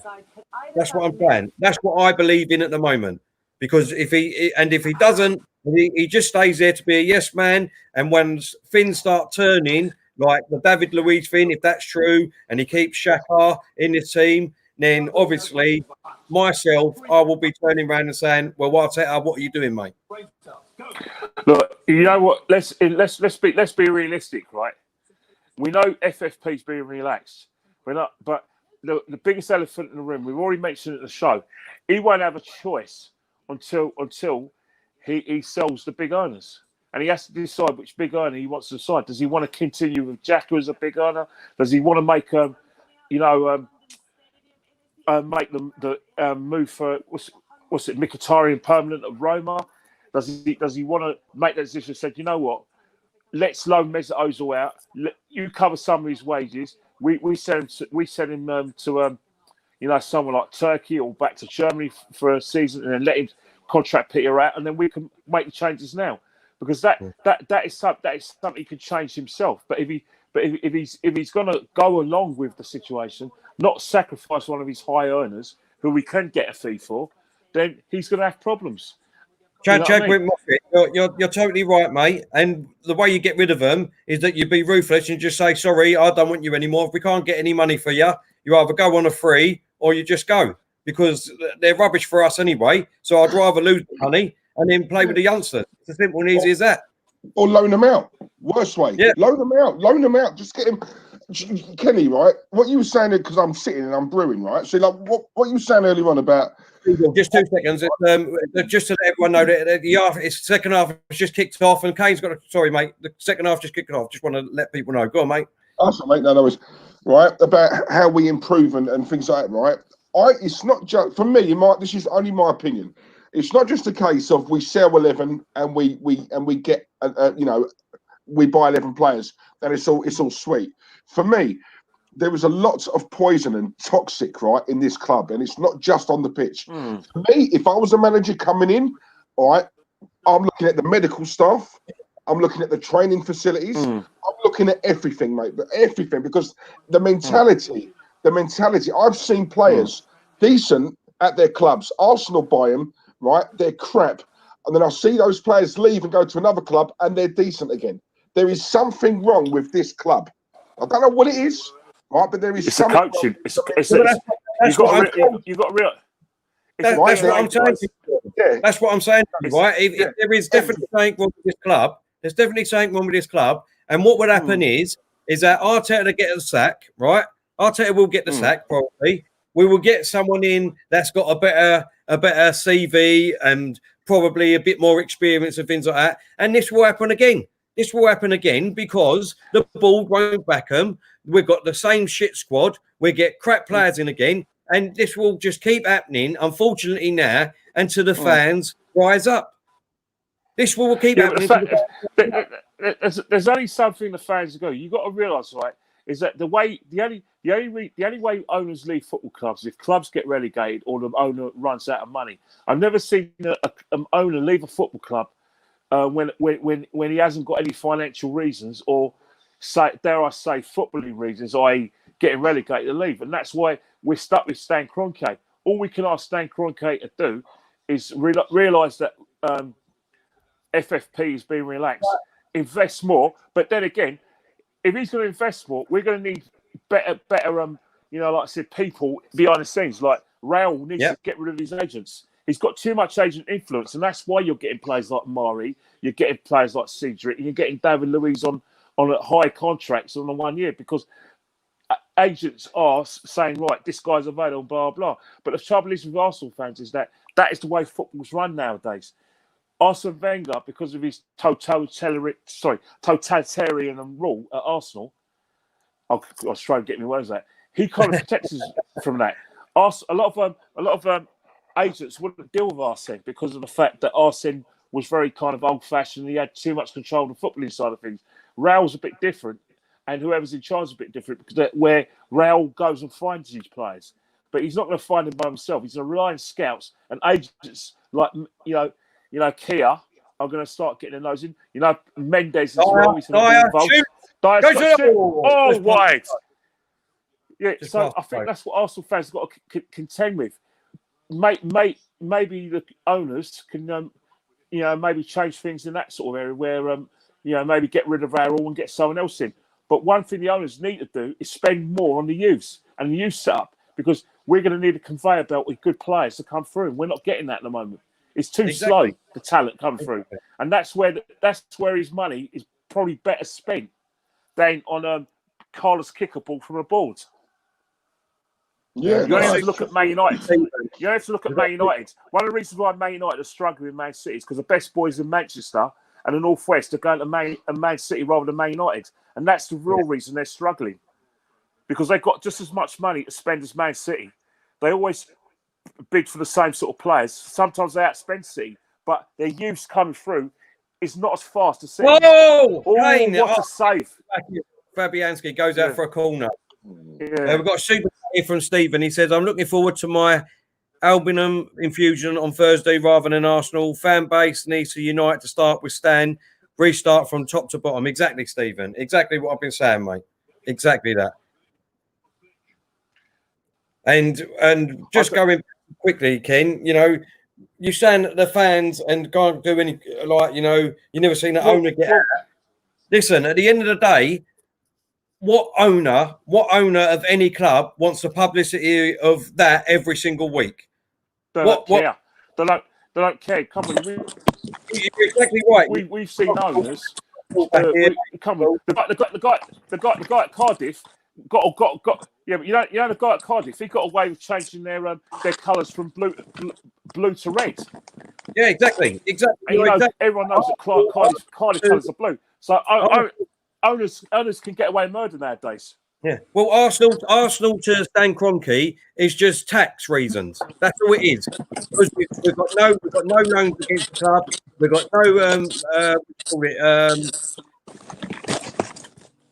we don't know anybody out or anything like that. For him, it's just a free ride to get loans on these new stadiums to build and loans to do this and do that. That's all it is. He doesn't care about football. If you look at all of these franchises, the clubs that he's got, none of them do well. None of them. Not one of them do well. He does not care about any sport. The only thing that he might care about is the LA Rams. He's building the biggest stadium in the world there. That's the only thing that he cares about. But all it is tax. So what are we supposed to business though? what do we do with fans then? Do Yeah, we but just you've got say, to realize okay, we're just there's not much you can do, but the fact you can understand, the thing is, tell the only thing you've got to remember about American owners, because football's now a passion in America, after probably about 100, maybe 50 years of trying to get football, like to sell football to the Americans, you're always going to get owners like saying, but you've got to ask yourself, David Dean's got a lot to answer for. If it wasn't for David Dean, Sam don't come to this club. David Dean was the one who brought him to this club. And a lot of Arsenal fans who praise David Dean need to remember that. Yeah, no, I totally agree with you with that, Ken. But what I'm saying is now, this is like what? How many years on now as Sam been our owner? Well, yeah, he's been One. an owner, but he has spent One. money. He spent money. He has spent money, though, hasn't he? You can't He's say he only- hasn't spent. Exactly. Because So that squad's worth exactly £300 million. exactly what I said the other day, then, when I said that 50% of my anger goes towards the board, and the other 40% goes to Arsene Wenger, because, like I said earlier, for 13 years we've gone without having any class players, and 11 of them was under Arsene Wenger. Like you said, they've had money to spend, and look at the dross that he brought in and then left us in. He left us in this. That is where. That is Can't where. argue. I'll be honest, Tel. I'll be honest. I'd say 90% of my anger is Wenger. Because of sentiment. Sentiment. Giving injury-prone players, massive luxury contracts. We see it the other day with Guendouzi. I mean, Kenny, how many of these players have consistently taken the piss over the years? But we know they'll be playing next week. They'll be in the team next week. No. They know they're playing next week. But I think, that's it. That's the question. Terry. Is that it's Terry. like the younger players come through aren't good enough to get in the team. Terry, Yes, Claude. Yes, Claude. what minute are you on in the game, mate? Because I've got it on here 51, 51, 52. 53, 33, 50. Oh, you're behind, mate. You're about. You're a minute behind, Claude. You're 2 minutes behind, mate. About that. Yeah. And West Ham have just had a shot from 30 yards from Antonio. Yeah. But he kind of slipped whilst he had the shot. It was kind of a tied shot. Listen, boys. I think this game is dying. This game needs a goal. With diarrhea. Oh, jeez. Ali's in. Harry Kane cuts in. Shoot. Kane. Oh. Listen, boys. Let me ask you this question I then. thought that went in. Just having Kane taking a shot there, right? How many of our players, honestly, Tel, any of them, we don't take shots, right? To a point that even at the Emirates, how many times, right, do us fans shout, shoot! Bloody shoot! Stop trying to walk it in. So they try and walk it in. It's always it's got to be the perfect goal with Arsenal. Take a bloody shot, man. I agree with you. That's what I'm saying. If he was at Arsenal, he'd probably get 2 or 3 of them chances, and that's it. I'm going to ask you something, Terry, right? Yeah, it's happening again. I'm going to ask you something. Go on, mate. So, Kroenke say he does give 200 million in the summer, right? Do you trust this Raul to spend 200 million properly? Because I don't. I didn't say I don't trust him. I don't trust. This is my point. So, who are we protesting against the owner, or are we protesting about the recruitment? This is what I'm trying to say. Because I was protesting against. Because we get a new owner and we keep this Raul and whatever he does, and he still does the same thing. Are we going to still protest against the owner, the next owner? That's what I'm saying. I don't think it's totally the owner. The next owner would do we? And we don't know if he'd come in and just give us a free checkbook like Man City have done and Chelsea have done and Newcastle will get if their owners come in. That's what it's totally different. We don't know what would happen, do we? Let's be honest. Yeah, but the thing is, we spent the same amount net spend as nearly as Liverpool. So how is it the owner's fault if it's not spent? No, that's what I think. That's what I said just a minute ago. 50% for me is down to the owners, and probably 40% is down to Arsene Wenger. For 11 years. 11 years. I heard the discussion. I heard that Kieran Dyer on the what's the name? What's it? The Geordie show and Jennings. They were having a right go about our fans wanting Wenger out. You got what you wanted in the end, and they said we were too harsh on Wenger. But he's the one that created these people on the outside. They ain't got a clue what they're talking about. Why is this? You say with John Barnes is like that as well. John Barnes is the same sort of thing. They over egg the cook when it comes to Arsene Wenger. Prat, mate, prat. All right, can I just get these boys? Can I just get these super chats in because they're going to go off the screen? Sorry, boys. Stephen said if the South African owner cares, Rice. He's had a shot. If I ask them now rather than let the position of the club continue. I prefer getting out lasagna for West Ham game. I like that, Stephen. He's also said, I'm protesting over all the club, every aspect. Nice one, Steve. Said, hello, mate. Long time no watch. See Claude enjoying his dinner. How you doing, Alex? Good to see you back, mate. Alex, it's been a while, mate. Hope you're well. I'm sorry, boys. I'm sorry to be rude, but I'm not eating all day, mate. So it's just like you, mate. Claude, I'm jealous. Pizza here. We've got a corner here. We've got a corner here for West Ham. Come on, West Ham. Cherwell. What's his name? Cresswell. Ball comes in. Oh, Daddy Ali clears it. Wow. Right, I just want to shout out a couple of things. Obviously, we are live on Hot Mic. Our other platform. Look at the pace. Look at the pace of this attack. Look at the pace of the attack. Kane's got a shot. Oh, he's gone wide. He's got the ball wide. Class player. It's got loads of goals for people. Look at that. You know what I mean? How much are you getting paid? You can't even get on target. Lionel Messi's the world-class player, too. He misses one chance. He's not world-class anymore. Come on, mate. You know it don't work like that. Come on. I was only joking. Up Mike. If you don't know it. Up Mike. Don't know it. Go and download it from Apple Store. Kane normally puts something away. Yeah, he does. Yeah, to be fair. Yeah, he does. Yeah. Go and download Up Mike from Apple. What's that interference we've got here? It's stopped now. Apple Play Store or Google Play Store, and enter our code CBS301. I believe we're on 202 at the moment. So let's try and get 8 more to get it up to 210 before this game finishes. Come on, people, you can do it. It's all free. Go and download it and sign up to CBS301. Also, if you'd like to become a member on YouTube, just click on the link below on the comments now, and you'll be able to become a member. And you'll be able to put Claude, Diesel, or myself, cartoon characters up instead of writing our name with the Arsenal badge too. There'll be some more icons coming before the end of the week. And also... He's in! Oh! It was stretching for that, but it was a great big by Declan Rice. And Tony, Declan Rice put a fantastic long pass. Antonio's got away from Dyer, but he's stretching the ball and he's put it over the bar. Spurs have made a change. They've taken off Dele Alli. They've bought on Eric Lamela, the Argentine. They've bought on Lama. 30 minutes left tone. 30 minutes left tone. They bought on Lama, Kenny. Yeah, Lamela. Lama. No, Lama. All right, it's Lama. I think he runs and plays like a llama. He runs about like a llama, mate. He's crap. Absolute rubbish. What a load of dross they paid for it. I think how much they paid. Apparently, I've been told. By the way, boys, a bit of good news. Apparently, Leno might only be 6 weeks, not a season. So yeah, I heard the same thing as well.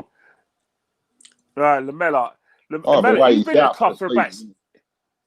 He's been at the club for about 7 years, hasn't he? Oh, he went when they sold Bale. They got him out that right. money. Yeah, the money. They bought Soldado. Okay.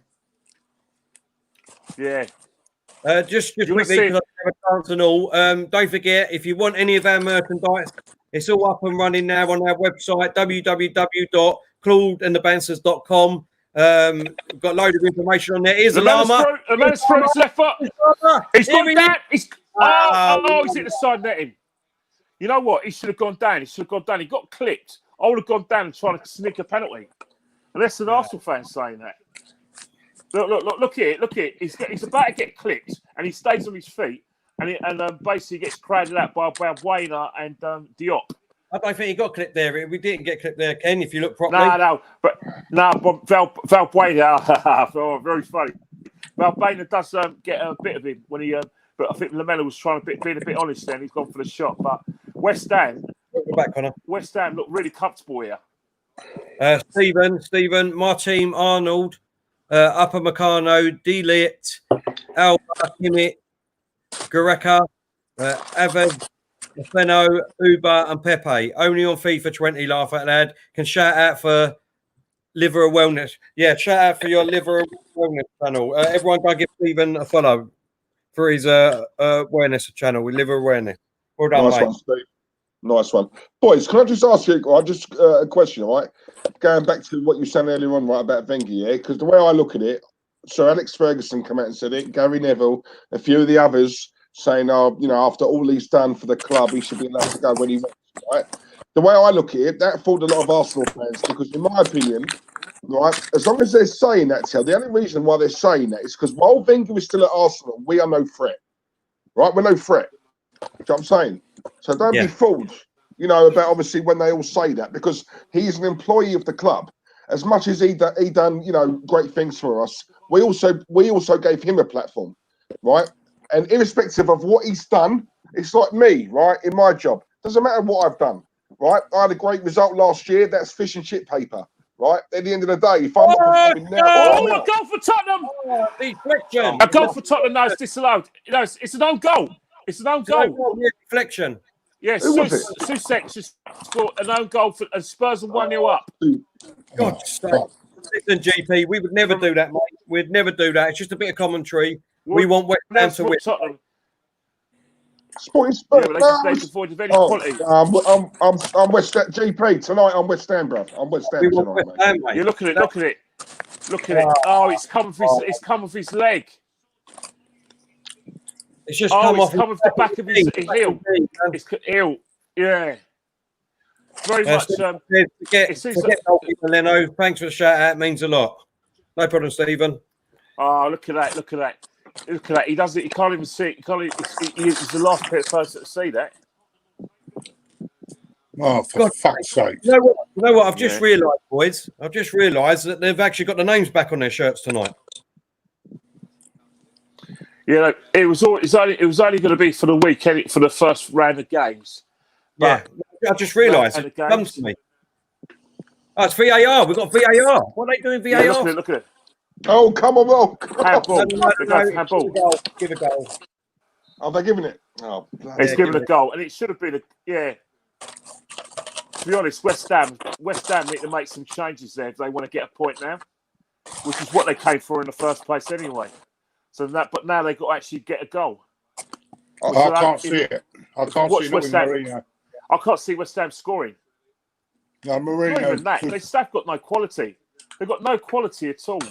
Like in terms of support. Mourinho's got them organised. He's not like that Spaniard down the road.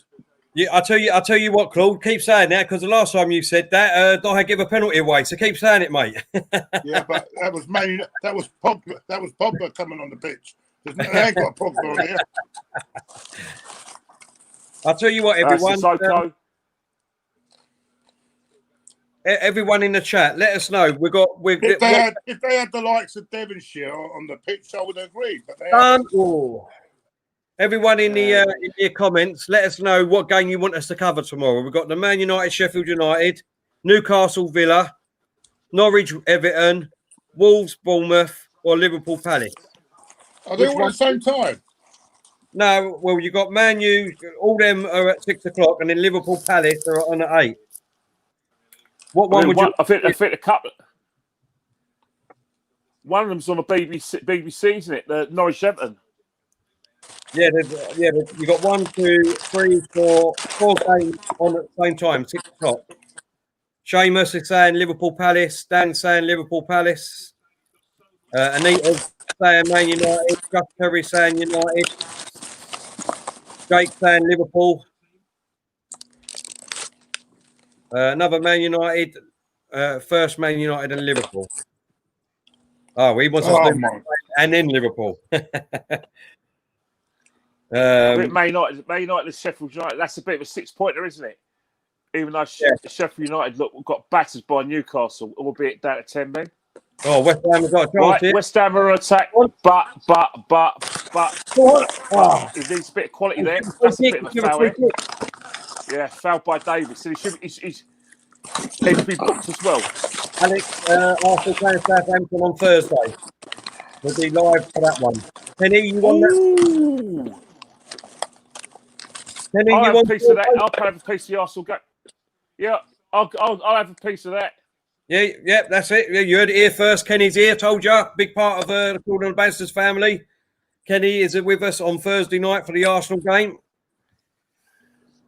West Ham got a good chance here. I think there's going to be a lot. It's going to be. Yeah, but the thing is, it's about the quality, though. Noble's Creswell's got to put some quality ball in there. You know what I mean? Someone needs to gamble on the West. You know what I mean? Thank you, Lone Star. Well said, mate. Well said. Everyone, please go and like and share and subscribe on YouTube and on Spotify. If you can't become a member on our YouTube, that's no problem. But please just like and share. He's going too early. He's going too early. He's going to be offside. He's going to be offside. Oh. Good ball, but headed out by Sanchez. Yeah, so if you can't become a member, that's no problem on YouTube. But please, if you can like and subscribe, it's all free. And do the same or not, Mike. We'd appreciate that too. Thank you. Pinto says, "Do Arsenal, then Chelsea and Man City crack of games? That's on Thursday, isn't it? Yeah. Yeah. Just so you boys know, we're now on 206 on Hot Mic. Oh, thank you very much. You. I'm checking it. I'm checking. I'm watching you. Thank you. We've got Fred, Liz. Oh, look at that. Look at that.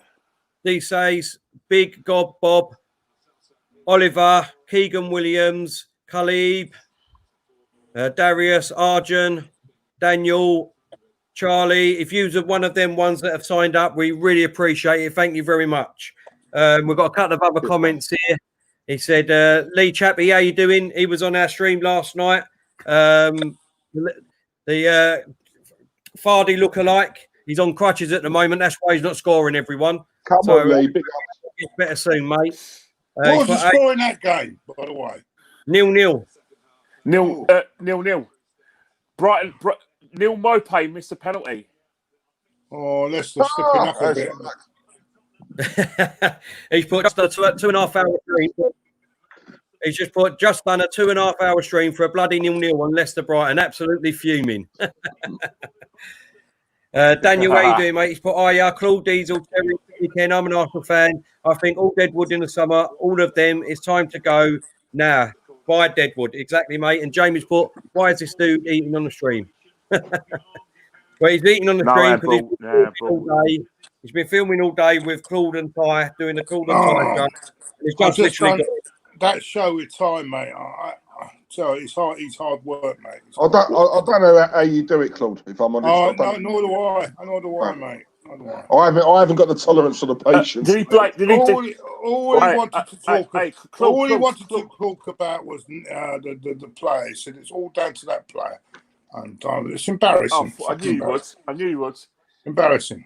I mean, absolutely embarrassing. How dare Neil Worthpay want to try for his team? I mean, how dare he? How dare teams try against Arsenal? I did point out that Lacazette could have got sent off, but he didn't want interested. Anyway.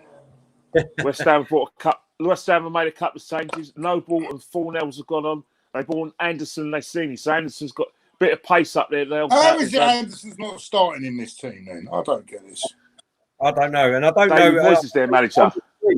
On with strings. They need to bring Wilkshire on. Spread the ball about a bit. Who? Wilkshire. No, he's not playing. He's retired, isn't he? No, he's on the bench. No, he's on the bench. Someone said he retired. No. He's on the bench. Who told you that? He may as well have. GP said, Terry, do you think Moyes is the right manager for West Ham? No, I don't, mate. For me, at the end of the season, I'd go out all out and try and get Eddie Howe from Bournemouth from Bournemouth. That's what I'll try and do. Well, thing is, who knows? Eddie Howe may need a job at Bournemouth because they could go down. Don't know, get a win quickly. I don't know about Exactly. you lot. There's been a lot of dull games on this, isn't there? Oh, it has. Listen, without the fans, it's been dire, isn't it? No, it's not just the fans. The football has not been great. I mean, No, that's what I mean. But it could be a little bit down to the. I'm starting to wonder whether they should have had a bit more of a pre-season, because these players, they don't look. I don't know. Something's not just not right for me. I don't think their pre-season was long enough. I don't know. Have you seen Man City yesterday? You looked pretty sharp yesterday. Yeah, that's true. But then they've had two teams that have just laid down and died for them, haven't they, really, to be honest with you? I wonder which two teams they were. Well, that's not. There you go. You couldn't ask for two better teams to play, could you? Lone Star London I'll say one said, thing, right? Lone Star London said, Jesus, tell, finally we agree on something. Eddie Howe. Jarhead said, tell, who would you recruit this summer to build up this squad? For me, like I said, mate, if we can go out... Bournemouth are going down, mate. Yeah, no, that's what I mean. So if if I was West Ham, I'd go all out and try and get Eddie Howe as their manager. I think he'd do great there. I think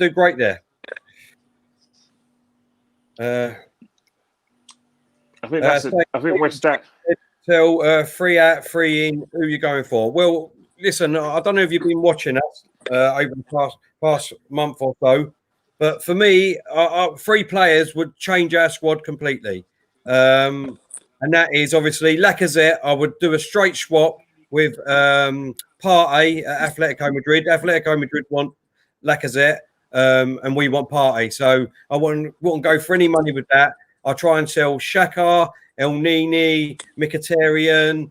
Tottenham in with a chance. Ball comes in. He's mucked it up. There's about 7 players that I'll try and get rid of. There's about 7 players I'll try and get rid of, and I'll try and get 10 million each from them if we could.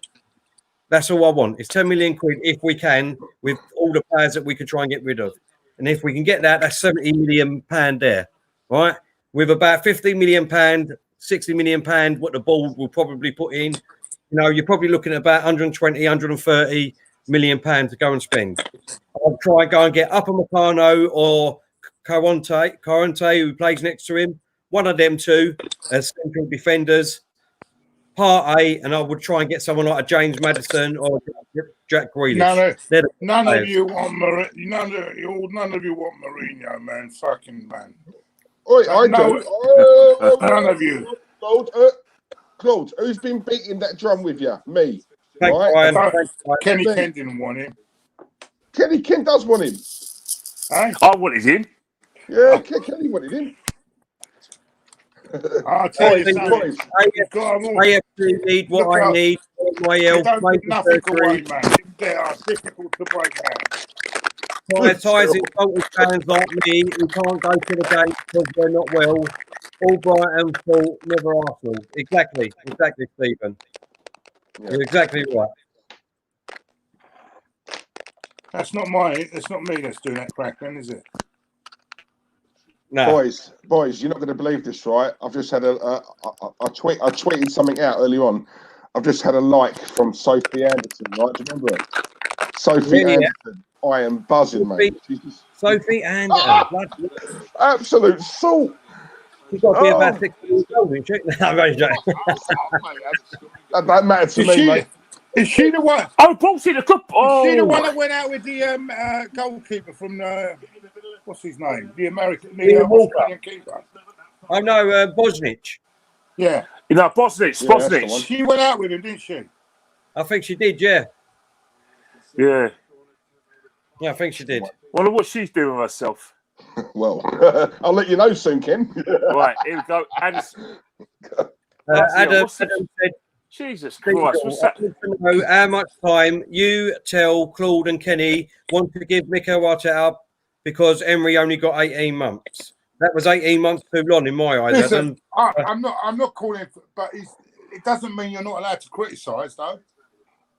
I mean, Yeah. I'm saying about Emery. I said that was 18 months too long. So, Emery done more with his dead I've squad, got a right, than feeling. what Arteta's done so I far. tell you So, what. come on. I tell you what. Unless things drastically change over the summer, I don't think he's going to even last 18 months. Neither do I. Yeah. If results go south, he ain't lasting long.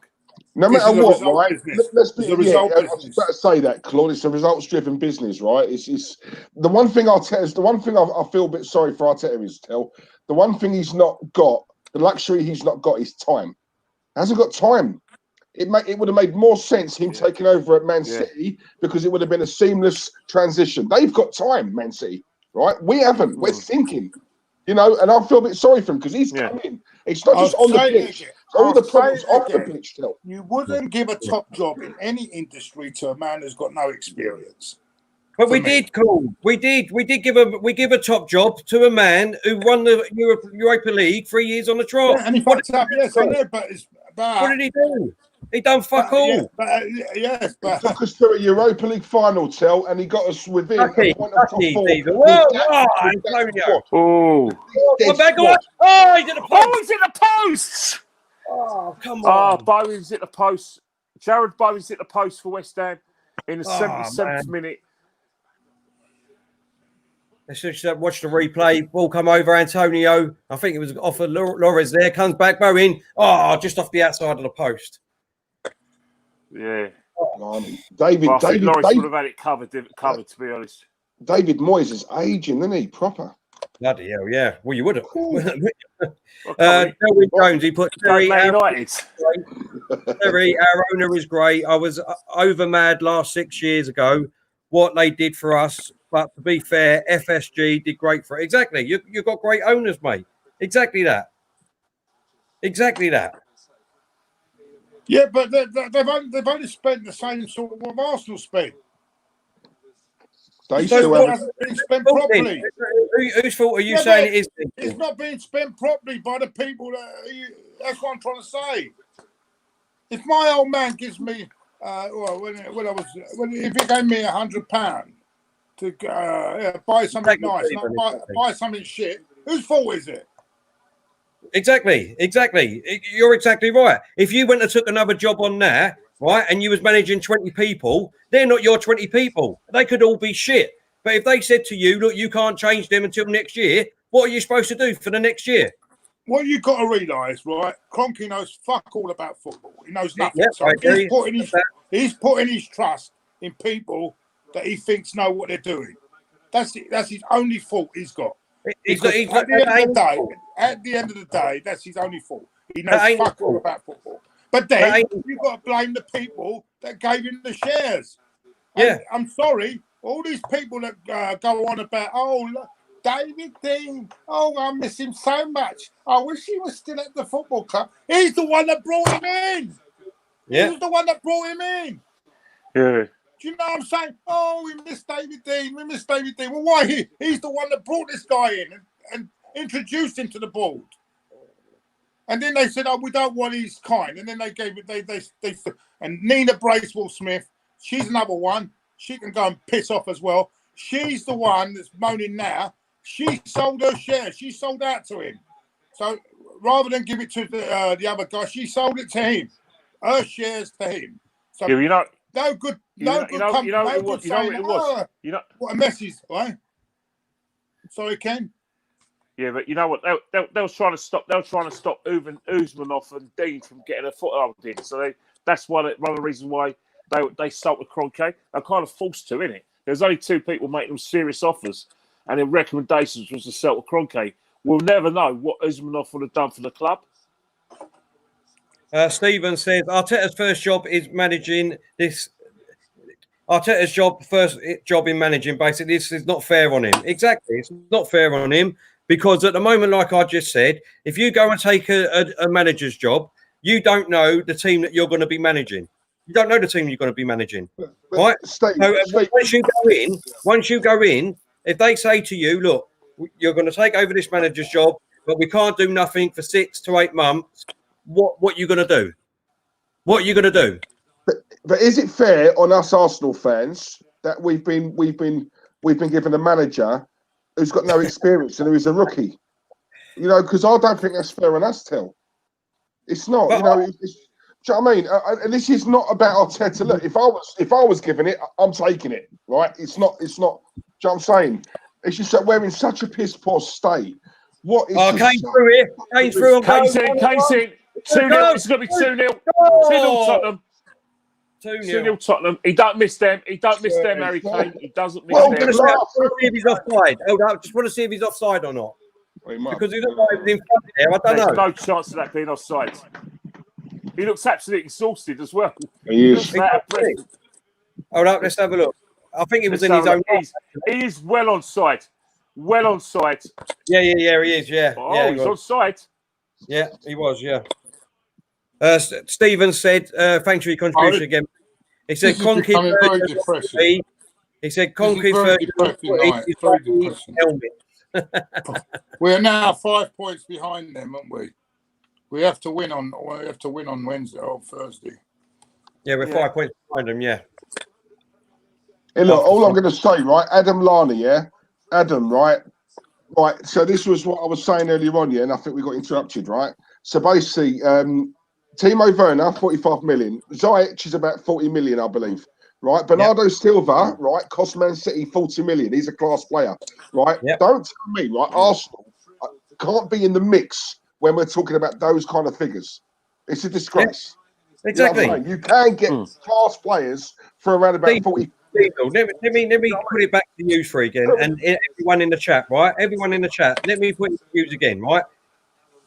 I know we keep talking about it, going backwards, right?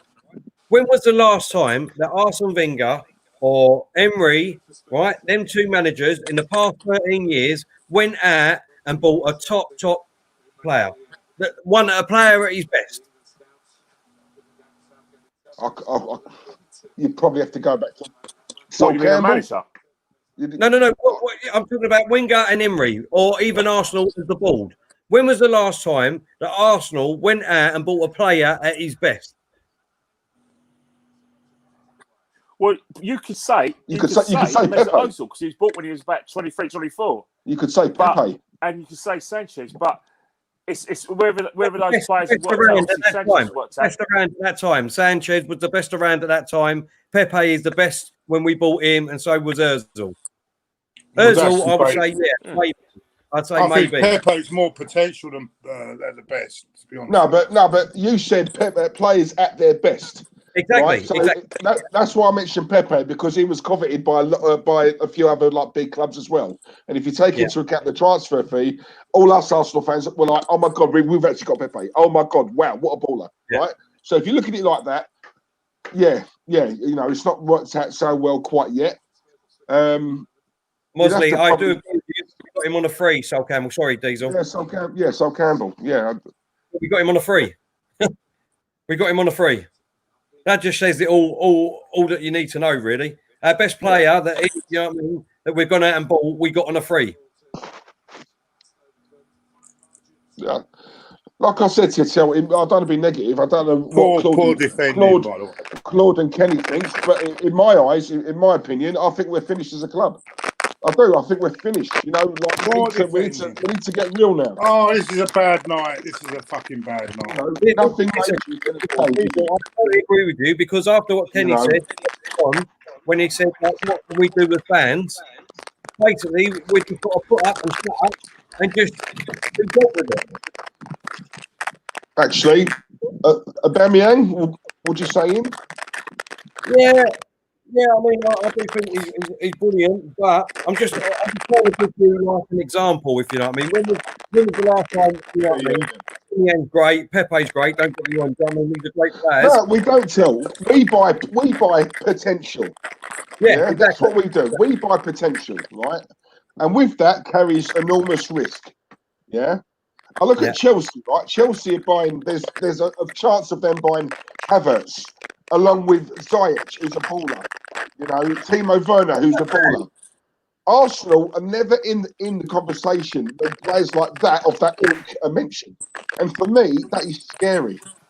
Yeah. It's scary. Yeah. Because we're talking about Joe Hart. Here on the right-hand side, just inside the box, crossing it over, Antonio, he's parking back to him. Ridiculous. He's offside. It's offside. You know, Joe Hart, right, can't even get a game at Burnley. And yet we're looking at Joe Hart. We're Arsenal. We're the Arsenal. Diesel. Yeah. That's exactly the same.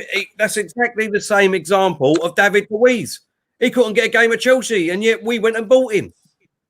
Yeah, that's exactly the same. Liechtenstein. I'll be honest. I think the Joe Hart thing's worse, Tel, because Chelsea, obviously a good team. We're talking about Burnley. He's Burnley's third. No, sorry. That's the only thing I'm not going to go with. I'm sorry, but every Chelsea fan I know, as soon as we bought David Luiz, clapped their hands, went like that, and they laughed at us. What's the super chat?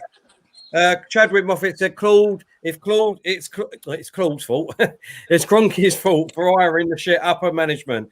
It's Kroenke's job to run a good organisation. He needs to go and clear out and hire the proper people to recruit. Exactly, Chadwick. I totally in agreement with you. Yeah, I don't disagree with that in that respect. But it's not all his fault, though, is it? It's not.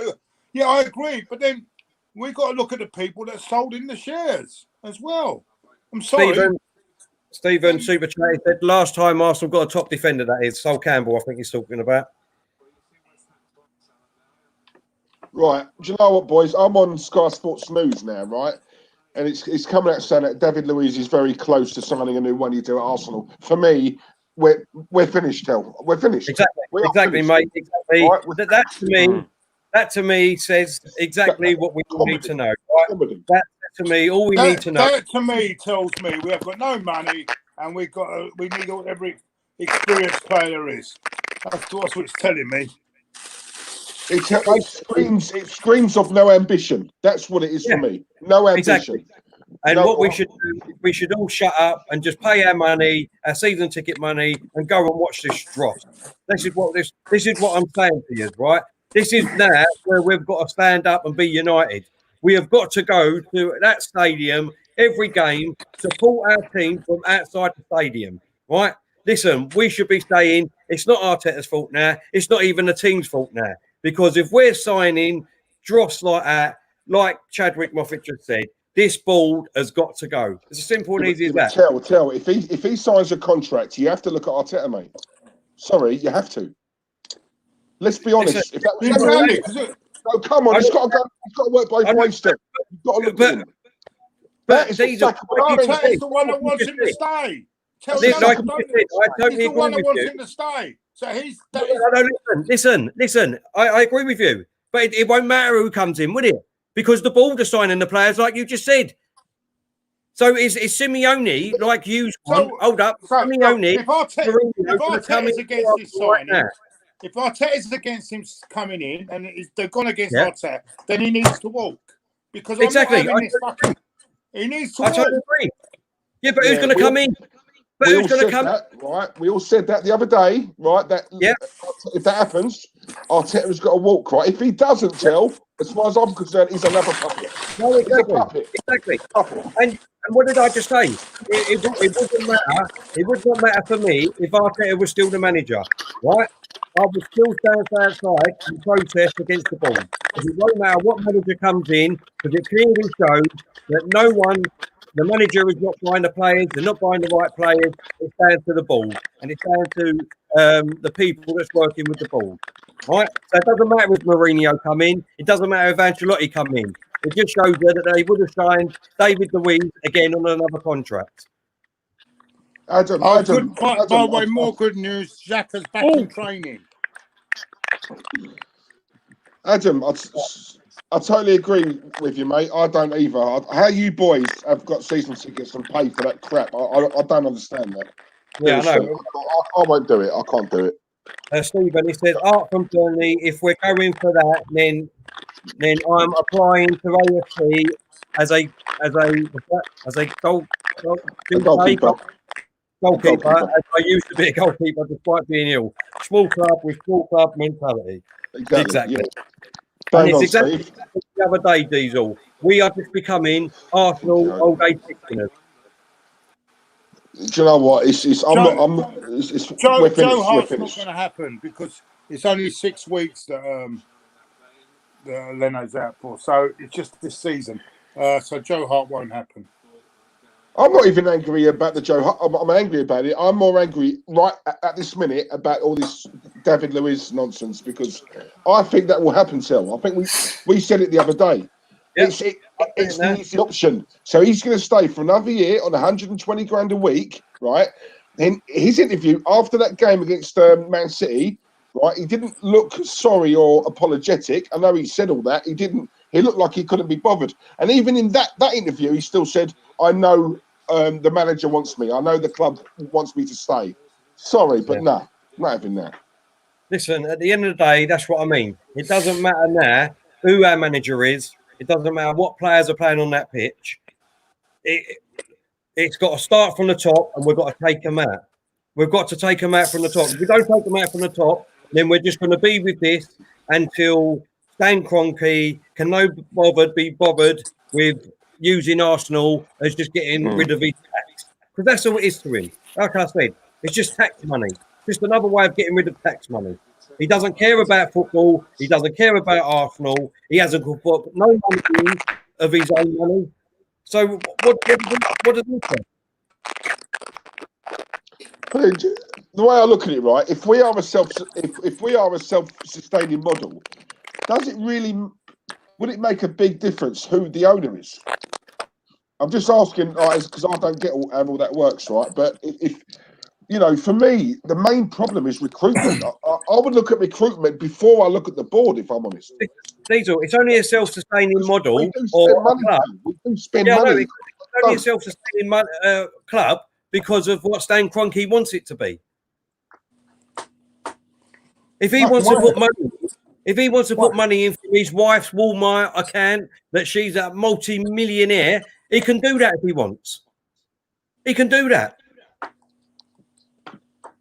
Yeah, like I keep saying, well, you know, for me, it's that. Listen, you know, for me, I would pay Özil off. That his salary, right? Forget my hatred for him, right? His salary is a massive dent, yeah. But because of his salary, obviously this FFP thing. Now, if they relax it, what I would love to see is Stan Kroenke come in and say, right, for a year they're going to relax it. So for this year only, I'm giving 250 million. Right? Just say, boys, I've just heard something. What's up? What's that, Claude? What you heard? Go on, mate. Nah, Spurs had another chance. I just heard something here. Oh, it's come through here.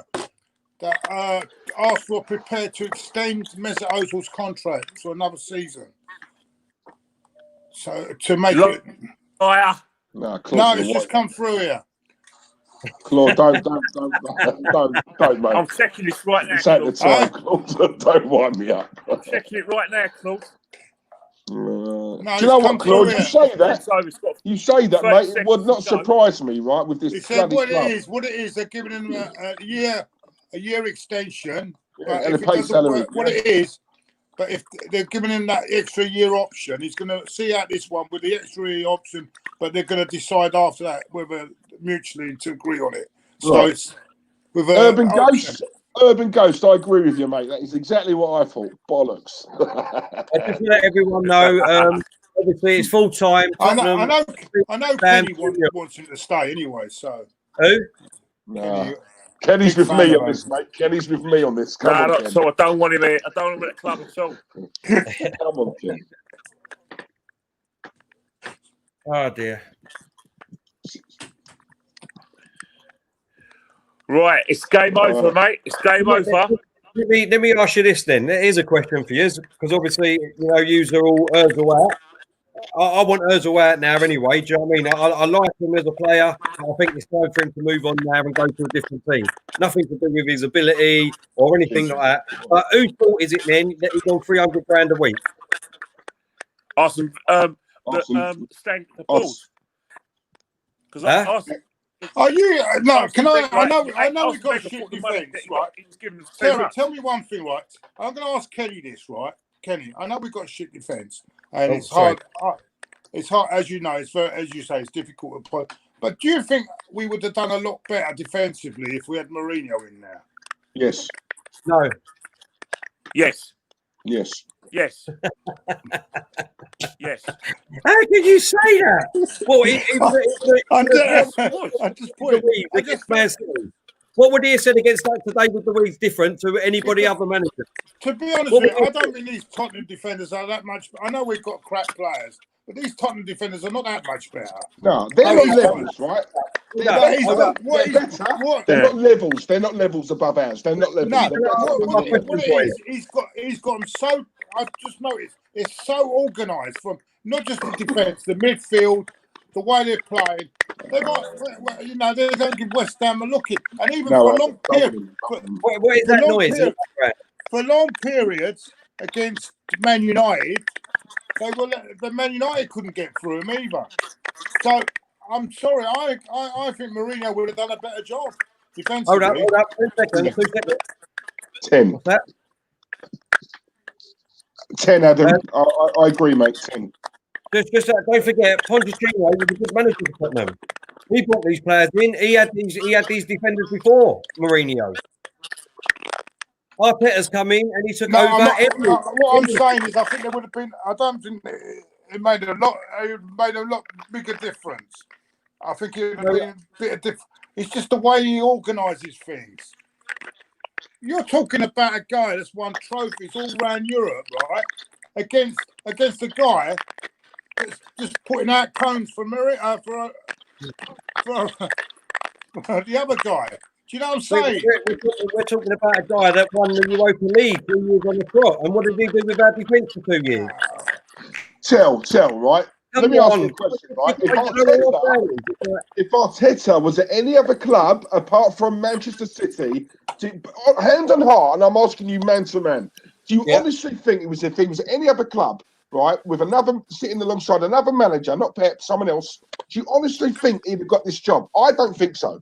I'll be honest, I don't. I honestly do believe that Arteta will be a great manager.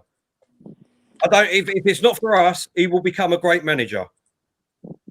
He's got the philosophy. I believe in his philosophy. I believe in his footballing brain.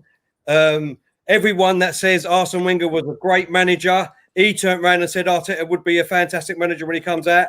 Pep, who is a fantastic manager, he wins trophies every single year, basically. He said that Arteta will win trophies with a team when he becomes a manager. No, Pep's not going to slag Arteta off, is he? Right? Do you know West Ham is in big trouble here, you know? West Ham are in trouble. West Ham are in big trouble. Just look. It's between them and Bournemouth for this. Hey, guys, can you hear me? Can you hear me, guys? Yeah, Ken. Yeah. All I'm gonna say about the thing about Arteta and the recommendations, that's all well and good. But a lot of people in football thought Jamie Carragher was going to be a great manager, but Jamie Carragher's forsaken management to go in the studio. So it just shows there's a lot of people you think will be great managers. There's a lot of players you think you're going to be great players. It all depends on the big break. His biggest break is at Arsenal, and maybe he's joined Arsenal at the wrong time. I think that's the thing with Pep. Everyone talks about his philosophy and all great, but it's not the philosophy that Arsenal need at the moment. I just think I'm a bit of a realist in this sense, right, boys? Is that I don't think it mattered what manager come to Arsenal. I really truly believe this is what I really truly believe. I believe it wouldn't have mattered if Mourinho come, if Allegri come, if Simeone come, right? They would still be in this situation now because of the players that we have got. Like I said to you, what manager, even if it was Pep, right, can control a player like what David Luiz done against Man City the other night? What manager can control that? No one can control that. Oh, cool. No, Terry, can I ask you that? Can I ask you one question? Sorry, cutting. Everyone wanted. If that's the case, if that's the case, right, that Arteta has got crap to work with, then what? But hang on, it couldn't be the same thing with Unai Emery. What was it? You said that Unai Emery's reign was a disaster from start to finish. But hang on it, Unai Emery would have had the same problems with these players as before. He would have had a dressing room that he lost because of he's left out certain players because of what happened with Barkley. and these are players that he thinks are uncoachable. Listen, If you're giving Arteta Look what he saying, got out like, of them he's made last the same season, problem, Tel. Come on, don't tell me another manager. I then couldn't get more what's out the of point of what's the point of losing Unai Emery? Yeah, I would have kept lost his Emery. job then. Emery, listen, I'm telling you now. You said, why would you go? Unai Emery was the only reason. You just said it, Diesel. Why would you go and pay to go and watch that shit? I'm telling you now. If we would have kept Emery for another season, I would not have renewed my season ticket because going there every single week. Hold up. Going there every single week, right? Them players were absolutely shit under his system, and he never played the side that every fan wanted for 18 months. Yeah, but Arteta's not doing it now. Everyone wants Martinelli in the side and saying that he's a great striker of the making, but he doesn't get chosen. Arteta's doing no different to Emery. Yeah. He's still putting square pegs around round holes. Do you know what? You know why he gets the free pass? Why is he not getting flagged? You know why he gets the free pass? Because he played for the football club. Who bought Leno? Yeah. Right, who bought Leno? Right, who's a great player, but don't worry. It's not about what I'm just saying. Who bought Leno? Right, who bought Bellerin? Who bought Doherty? Who bought David Luiz? Who bought Xhaka? Who bought Guendouzi? Who bought Pepe? Who bought Lacazette? Who bought Aubameyang? Right, none of these are Arteta's players. That's what I'm trying to tell you. None of these are Arteta's players. But then when Emery got to Arsenal, Tel, none of those were his players when he first got there, and he got a better tune out of his dead squad than what Arteta has so far. So what I don't get is why I can't see why you don't give Emery. Listen. I know he didn't speak the language and all that, right? But why does Emery get such disrespect, right? When with a dead team like this, side is crap, right? He got the maximum out of a dead team. He needs a bit more respect, Tel, because come on, I don't think he did that bad. Also, what I will say, Tel. We've got a super chat here, by the way. Yeah, come on. Yeah. You there, Claude? Sorry, Steve. We will come to you, mate. Sorry. We'll just call it out quickly. Right, Stephen, thanks, mate. What's worse is Spurs are everything we used to be at the moment, but with no trophies. Ozil 1 year, great. 350 grand for PS4. That's it. We have to act on this board now. Yeah, totally agree. Yeah. No, listen, we have to. This is what I'm saying. It starts from the ball, and then we've got to work our way down. If we don't start with the ball, then basically all we're doing is we're rowing amongst ourselves. We're never going to get the manager that we want. We're never going to get the players that we want, and the cycle goes on. That's all I'm trying to say. You know, it's just. I get what you're saying. No, what I was saying before was go on, Claude. What I was saying, if I wasn't a big fan of Emery, as you all know, but what I will say, he did up until the final produce it in Europe. This guy went against Olympiacos, 1-0 up from the home leg. This is Olympiacos, remember, right? And he couldn't navigate us into the next round. I'm sorry. I'm sorry. It's not just the players. I think I don't think he's up to the job. And he may prove me wrong in the future, but at this present moment, there's nothing to convince me he knows what he's doing. And it's not. And I don't blame him totally because he's got no experience and he's took the job on, but he's got no experience of the job. He has got no experience. It's all very well. Let me tell you something. It's very well being number two and saying, "Oh, I've worked under Guardiola, done this." But when you're in that hot seat and that pressure, and you've got to make those decisions, it's a bloody different game, different ball game altogether. No matter what you think you've learned, I've seen it in the past. I've seen it in the past with Brian Clough, with Peter Taylor. Went elsewhere, couldn't get nowhere. Alex Ferguson, Brian Kidd, great number two. What happened to him? McLaren, number two. What happened to him? Right? Listen, all these people number twos, but when they've got the pressure of doing the job, they've got a clue. Kenny, responsibility. Kenny, a lot of people are saying the noise is really bad, mate. A lot of interference from you. Very. Yeah, it's from me. Yeah. Yeah, I can't hear it now. I think it's all right. I think it's all right That's now. all right, That's all right. That's all right. Not a problem. Listen, look, I'm not giving Arteta a pass. I'm not saying that, right? I'm not giving him a pass. And like I've said to Diesel, now I can hear it. Like I said, you know what I mean? If things start turning around like the David Luiz thing, I did. It's strange. I'm on the phone and I don't get this problem with mine end. I don't know why Kenny's getting it. Yeah, I don't know, mate.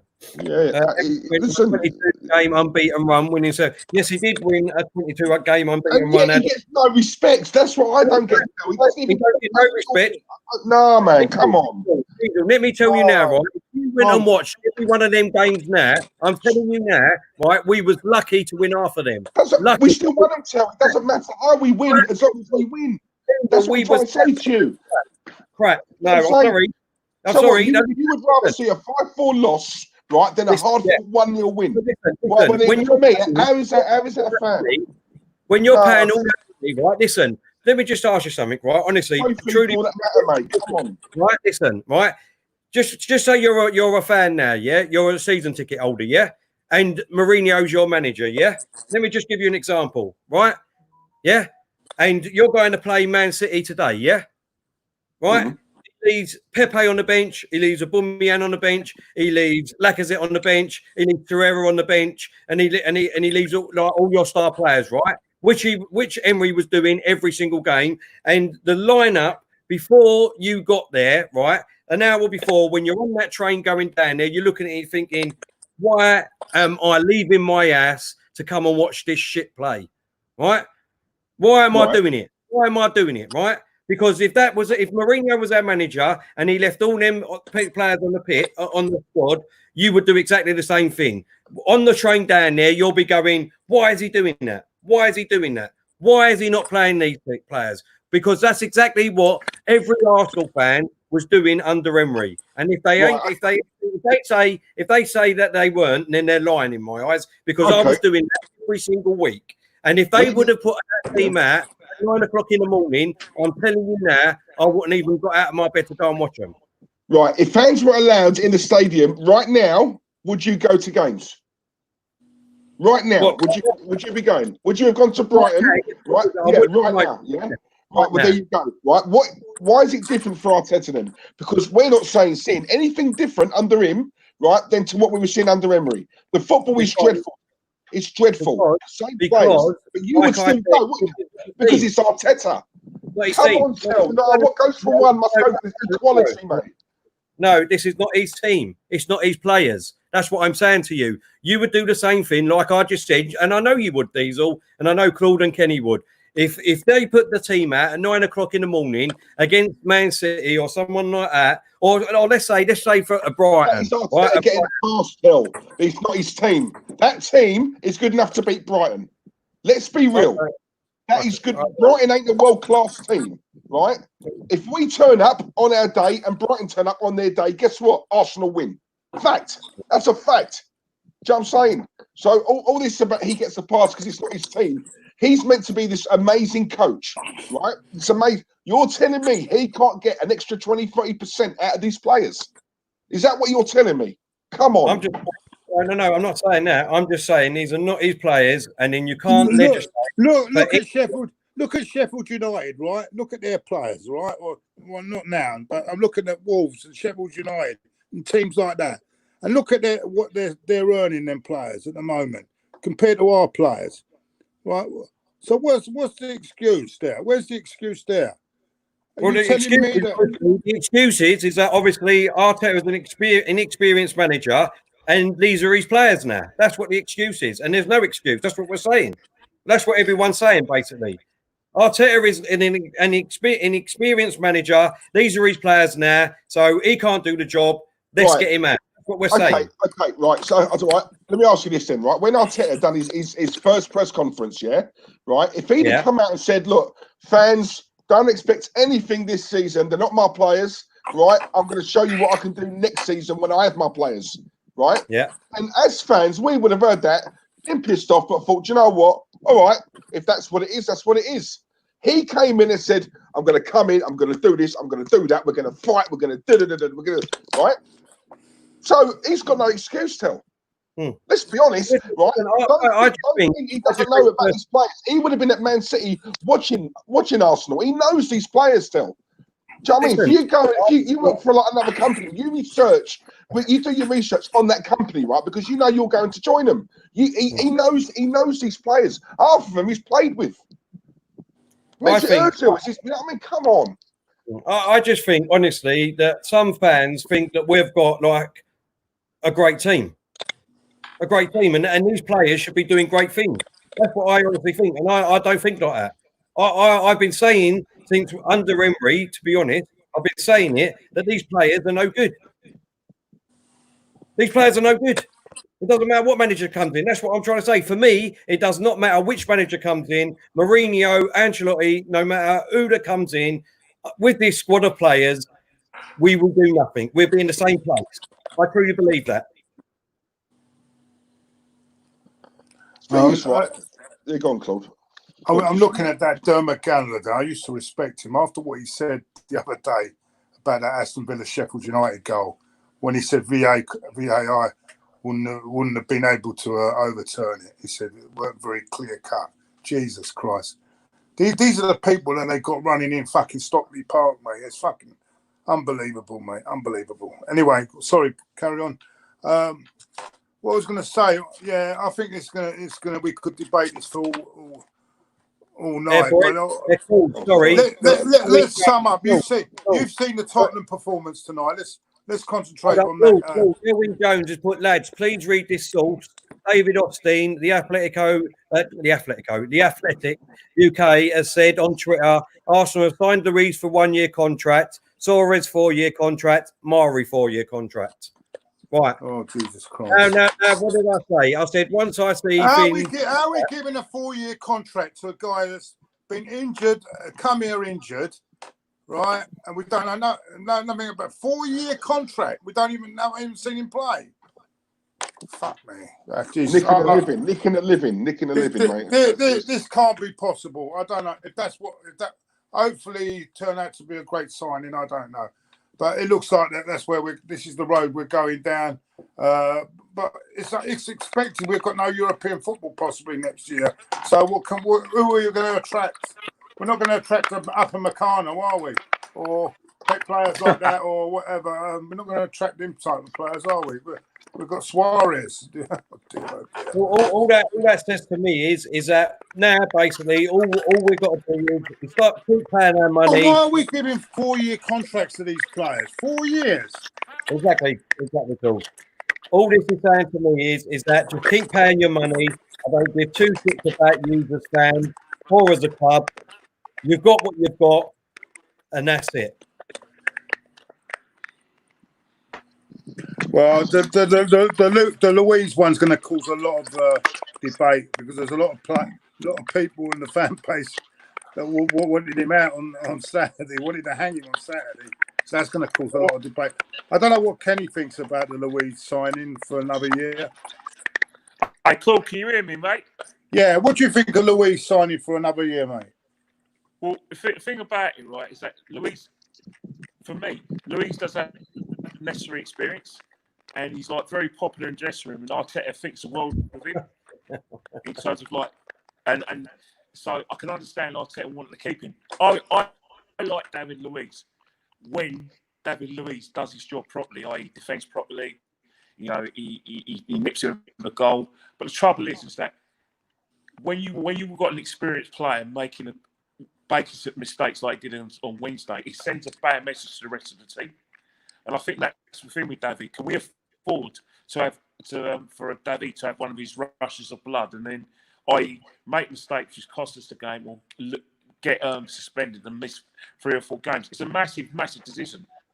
I like to be on that training ground and see what value he does have on the training ground and whether he's going to train it, because I don't know what the situation is. But I think it's all to do with agents, doing a favour and trying to find. I think Edu's got a lot to do with this as well. I do. Yeah, I don't know what to make of it. I think the only way I can see Louise doing any good in Arsenal's defence is if we play the free, or even further forward in the bit because of his passing. But I'm Do sorry. you know In the what? forward, But you boys are talking like you accept it, man. Like when if you Exactly. play Exactly. defense, like no, done. Exactly. Dan's got to go. Got to go. Sorry, no. Exactly, Like, he's got Diesel. a cat with 9 lives. Hey, yeah, I'm but not talking Terry, about where this he is should a play. decision made by No, the man. guy Well, I'm not that you on board with it. love. No. You adore this guy that's making this decision. No. How do we know that he's making Hold on. decisions? This is what I'm saying. You guys think Mourinho would have come here and Ancelotti would come here. What, you think they'd come here and let this happen to you? And let the ball say, oh, yeah, Well, I'll tell you what Mourinho would do if he came in, right? And they started fucking up. If Mourinho came in and they started telling him what players he can have and not, he'd be walking out and expose them. Exactly. But this guy won't expose them. This guy won't expose him. This guy won't expose Rael because I'll tell you what he is, David. I'll tell you what Arteta is, right? Kenny. He's here to pacify. He's here to pacify the fans, right? This is what Arteta is. And he's got half this fan base brainwashed. They are brainwashed. Oh, he played. Oh, I love her. He was our captain. Oh, I know the people. You know, there's a certain person in the fan base on Twitter who will be very excited about his support. well, I know you. Yeah. No. Yeah, but I think. Yeah, but Claude, you know the thing happened. You know the thing that happened with Arteta is that when he got the job, every Arsenal fan, a lot of Arsenal fans, 90% of Arsenal fans just thought, you know what, we're so refreshed, we're so happy, let's give this guy a chance. And everyone who had misgivings was sort of shouted down. It's like, don't you dare rock the boat. You just keep quiet and keep your counsel. Well, and it's not a case of us not wanting him to do well. When Unai Emery was having his problems and we were looking at managers, I was looking at someone with a bit more experience and someone who I knew to get that defence, command respect in that dressing room, and deal with the bad eggs. You know what I mean? But he's a yes man. He's a yes man. Well, you said that about Emery, though, didn't you? The trouble is that yes man. But that's what I'm saying. We need a guy here that will come in. I think another thing I want abolished now. I don't think Emery's a yes man. I need what we need now, and I don't get me wrong. This is one thing I did get wrong because I wanted this director of football when I wanted it. But I think it's time now that we get rid of directors of football and let the manager run the fucking football club and get an assistant with him or that. I don't want. But Claude, this is the whole problem. We did that with Wenger, though, didn't we? We complained that Wenger had too much we did. But we total didn't control the football club. And if you notice, what the decline of Wenger was when we brought people like Gazidis in to get these players in, and that's where the decline of Wenger happened. When people like Gazidis were coming in, and then they started to tell Wenger what players to get. I'm saying we need a manager that decides who he wants, not who is given, because I do not trust this guy who's in charge of recruitment, because all he's doing is going to certain agents and filling their pockets and getting a cut himself. And that's what he's doing. Hey, guys. And it's detrimental. Guys, 1 minute. Guys, I've got to slip out now because it's I've been here 2.5 hours and my battery's dead. See you Thursday, guys. Thanks for having me on. It's been enjoyable. Claude, love you. Thanks, mate. Love you. I've got to go in a minute, boys, because obviously I need to go to work. So yeah. We'll I just want to say, Claude, what I just want to say is that this is what the problem is. That's what I mean, right? Who is the guy that is hiring the guy to get these players in? Well, Kroenke, right? Kroenke is hiring. But that's the problem. Okay.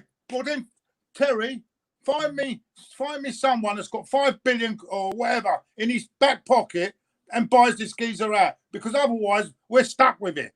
No, exactly. We're stuck with Exactly that. what I'm saying. Exactly You can what I all want Cronky out. Right, listen to me. Listen to me. All your protest about getting Cronky out, you can have him out on.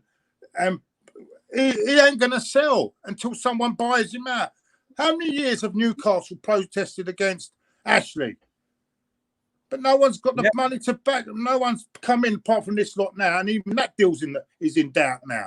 So unless you've got someone to come in and says to Cronky, "I'll buy you out," you're going to have this situation anyway.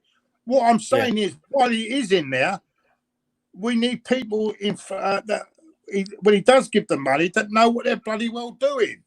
That's all. It's common sense, mate.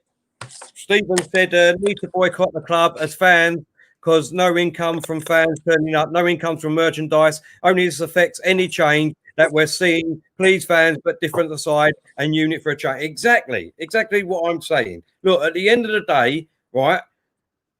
Arteta, yes, I do like him as a manager, right? If he don't stand up at the end of this season and say these are not my players, nope, I want to go. That's when I will start saying I don't want Arteta as a manager. But that, I mean, for me now, if that is true with all these new signings with Mari and Joe Hart rumours and all this rubbish, for me, we need to unite and we need to tell the board what we think. Otherwise, this can go on for another 10, 15 years and we ain't going to do nothing about it. We're just going to be sitting here still, arguing amongst ourselves, and God only knows we'll probably be relegated to the Championship. Because if we carry on declining like this, my goodness, boys, we've only got another, I'd say, 2 years left in the Premiership. I don't know how about you, Diesel. Do you know what? I don't know, mate. It's like for me, we're finished. You know, I think that's true about David Luiz, right? I think that's true. And I said to you, that will show if that happens after that mistake, right? And let's be honest, you know, he's made loads of them, right? Giving away penalties and all that nonsense, right? For us to re-sign him for another year, right? So that's 120 grand a week, by the way, right? 120 grand a week, yeah. He's 33 years old, right? He's not getting any better, right? He's on the decline, and we think that's the best we can do, right? So now, we're finished. We are finished, and do you know what? In my honest opinion, I know it's not a dig at Arteta, and there is no way they would have come to that decision without consulting Arteta. He must have put his stamp of approval on that because he's not been here long enough for them to treat him like that, in my opinion. Well, like I said, do you get what I'm saying? If he truly has come out and said and he backs these players, then for me, I will no longer back Arteta next season in the close season. But for me, it's bigger than Arteta, right? It's the recruitment, like we say, you know, we still don't know who's buying the players. I look at Leicester. For me, that is a perfect example of a self-sustaining model, right? Because they buy really well. This club, it's not just the recruitment; it's everything about this club stinks, right? It stinks of sentiment, it stinks of weakness, cowardice, right? All these things, right, that epitomise this club. It's in a piss poor state. I'm seeing players who don't want to be here. I think that's evident, right? They don't want to be here, right? They're on a lot of money and they're comfortable. Sorry, Diesel. There's a Stevens coming there. I can't see it properly. He says, love to come on for one show to link my channel to yours and debate with you guys, as it's good debates all the time. If that's okay with you guys. Stephen, you're a member, so we'll be doing member-only ones, which we will... Yeah, also we'll have members on the stream as well. So Exactly. So it will happen in the future, Stephen, mate. Definitely. Yeah, we've got to sort that out. Yeah, we're doing that. But yeah. Anyway, shall we wrap this up, boys? I think. Yeah, I need to go to work, boys. Had a long day. I mean, I've only just been here for a couple. You've been here all since 8 o'clock. So, shall we wrap it up and wish everyone? Thank you, everyone in the chat. Thank you so much for coming on. And Terry, what your final thoughts? My final thoughts on Tottenham. What was that? Sorry, I'm just showing a replay or something. My final thoughts. Tottenham, they done what they needed to do tonight. I thought West Ham didn't have a bad game, to be honest, but Tottenham done what they needed to do. They got 2 goals and they get 3 points. if the fifth place is up for grabs, I'm looking at their position at the moment. They're only 1 point off the fifth place, so they're still. I mean, it depends, of course, with this Man City ban. Arsenal win on Thursday. Who knows? They could be back in the frame again. But we have to take advantage of these things. But we don't, do we? No.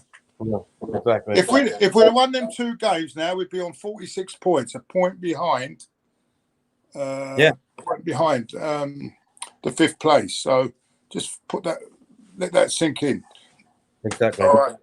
Don't forget, everyone, that obviously our website is up and running now. www.claudeandthebansters.com. You can get a load of information on there, and that's where you can buy merchandise. You got t-shirts, jumpers, Claude on the jumpers, on the t-shirts, baseball caps, and cups.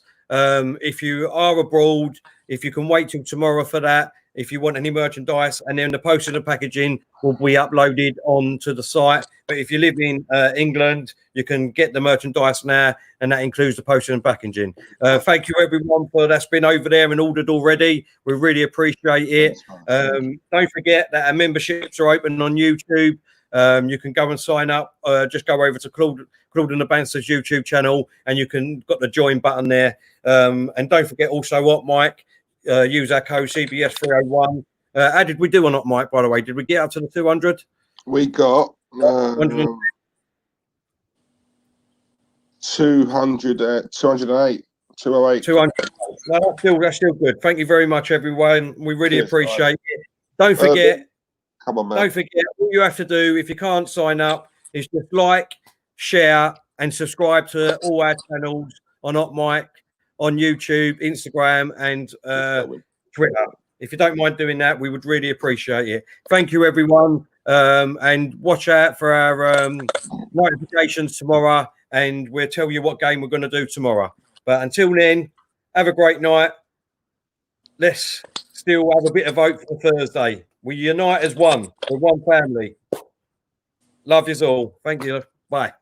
Cheers, guys. Love you.